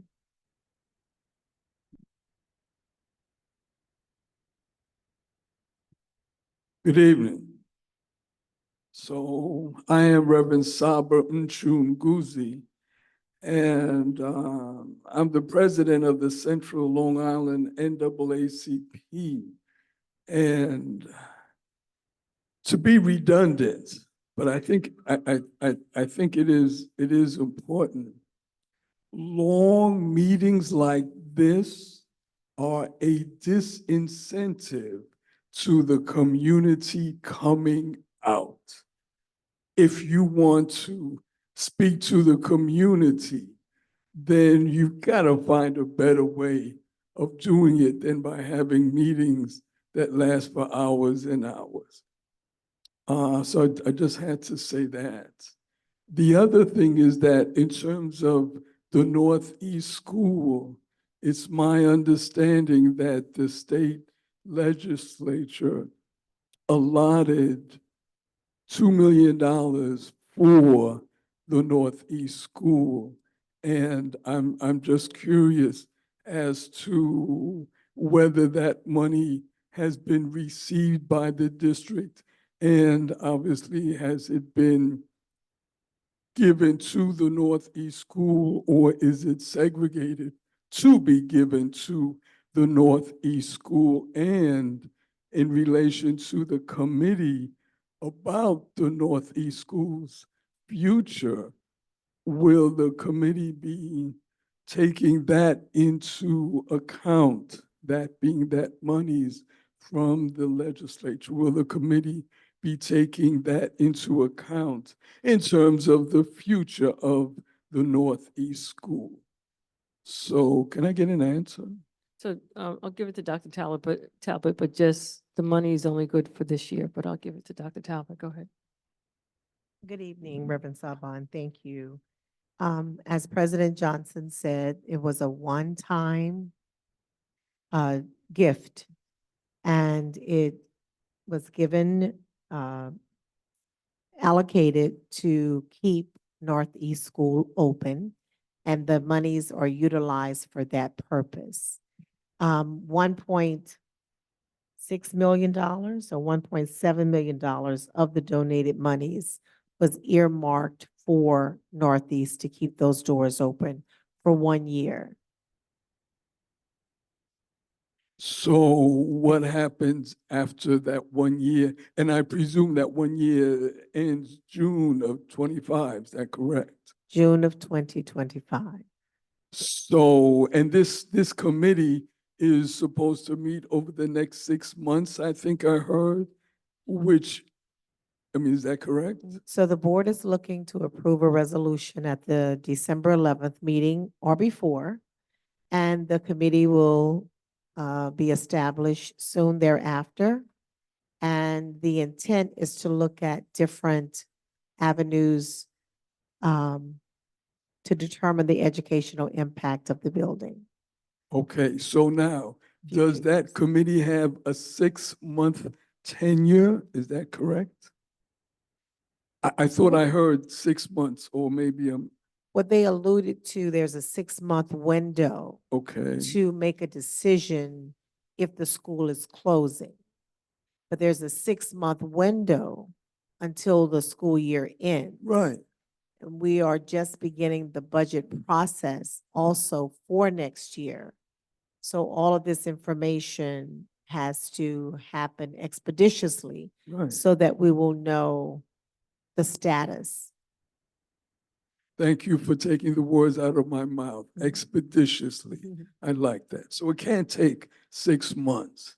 But let me reiterate what Ms. Quintine McConney said. The community is adamant about keeping this school open. Is that clear? The community is adamant. And I'm saying to each of you board members and superintendent, the community is adamant about keeping this school open, which means, in essence, whatever you have to do as a committee, whoever's going to be on the committee, and I hope you let the community know that you are looking for community input, as was just said, and community members to be on, stakeholders, if you will, to be on this committee. But the bottom line is whatever you have to do to keep this school open needs to be done. Thank you.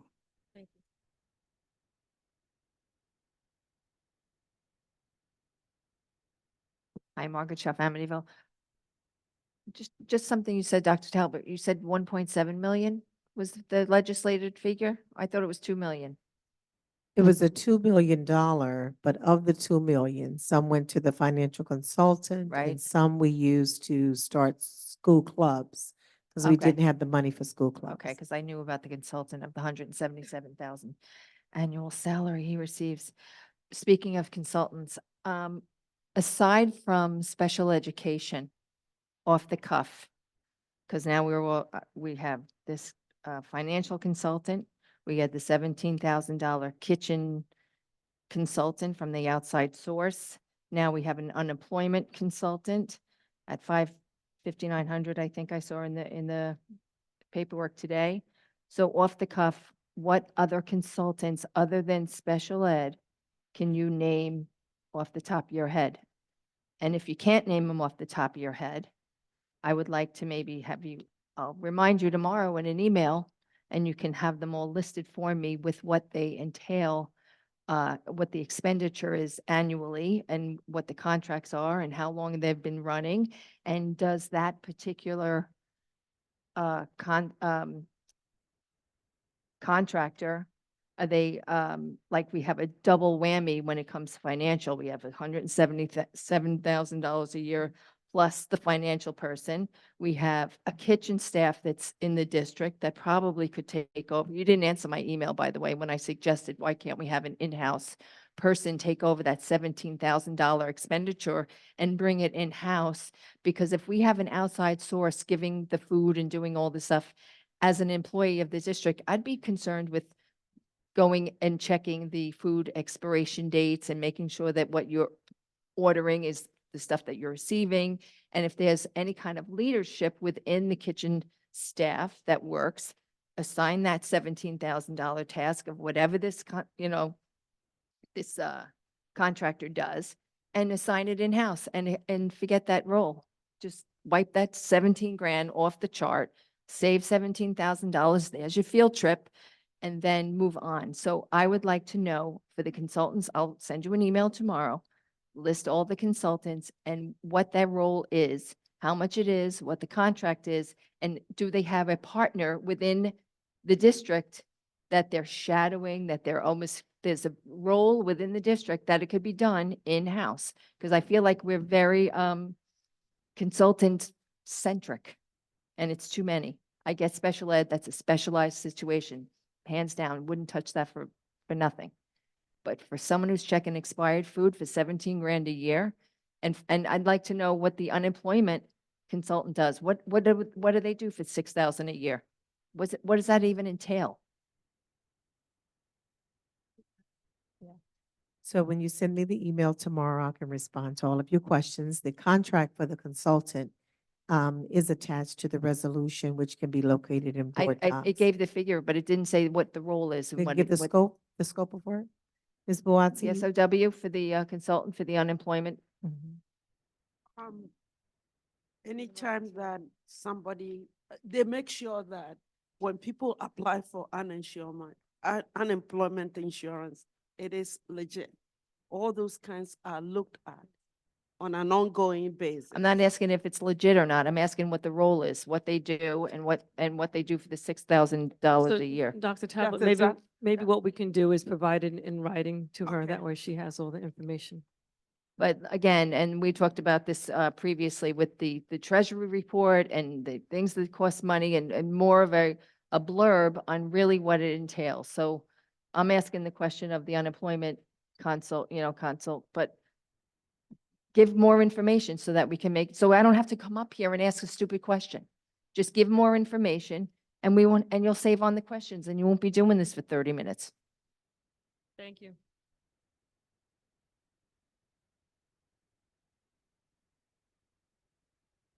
Good morning. Robert Playa, 56 Wood Avenue. Two things. You passed the resolution tonight, I believe, for field trips per grade level. I guess that means. We didn't do a resolution. We just said that we were gonna request that they look into funding for So that field would trips be, for that would all be grades. pre-K through 12th grade then. Yeah, I think yes, my understanding was that it was all grades, per grades, field Is trips there per money, grade. is there money budgeted for field trips? No, there's no money budgeted. That's why we requested that they look at the money. As I for said this. previously, you continue to do the same things you've done, we'll be in the same place we're going to be. Now, the other thing about facilities, I'll direct that to you So because just, you you're, have to direct it to Dr. Talbot and then she'll well, pass it on. she's in charge of No, director but of it facilities. goes to the superintendent and then she'll pass it over to her. Thank You you. might want to look at surrounding districts to see how they handle that. Also, there is software available that will accept applications, program the applications, give you the rosters of the people, show you what facilities are available. Okay, so that might be something you want to look into. Thank you. Thank you. I'm sorry, I forgot one question. What steps were made to let the community know that the interpreter microphones or headphones or whatever that is are readily available now, and I'm assuming they'll be readily available for all of these meetings going forward. Is that true? Yes, and so a posting will be going out. It was included at the bottom of the agenda for Right. this meeting, Not but good a enough. posting is going out to Could make you put them it on the aware. website when it has board docs Sure. and say that this will be available, and then maybe include it in, I don't know what goes home every week or what kind of mailers you do, but knowing that this community has a voice now, that they could sit here and you could listen to them instead of listening to me, wouldn't that be grand? So there you go. Make the news worthy, let them know, and let them be heard. Thank you. Dr. Talbot, maybe we can include that in the message that goes out, about the meeting and that devices will be available. It might be a good way for parents, Yes. guardians. Yeah, thank you. We do have plans to make the community aware. So thank you so much. Dr. Talbot, you want to do superintendent report? Just very briefly. So we did talk about the survey. We've talked about regionalization. And so we just want to once again congratulate Northwest Elementary for the wonderful special visit from the book fairies, and just give a shout out to second grader Riley Smith. She was thrilled to receive the golden ticket when she chose the book Makeda Makes a Birthday Treat. And the author was present, Ms. Perkovich was there, and they all made the news. So congratulations, Northwest, for a wonderful opportunity for our student scholars. We'd like to thank Ms. Kim Balducci and the Park Avenue Memorial Elementary School for a wonderful career fair that was held on November 8th. There were lots of members from the community who attended the fair, and there were a wide range of careers on display as well. And a special thank you to our grandparents. We love celebrating grandparents and Principal Collins. It's an annual tradition at Northeast, and so special guests joined our pre-K classes for activities like coloring and art and story time, and it was such a memorable event. So thank you once again to our community. You will be hearing more about our community connections and our Let's Talk meetings, and you can follow our website for regular updates on what's happening in our district. Thank you.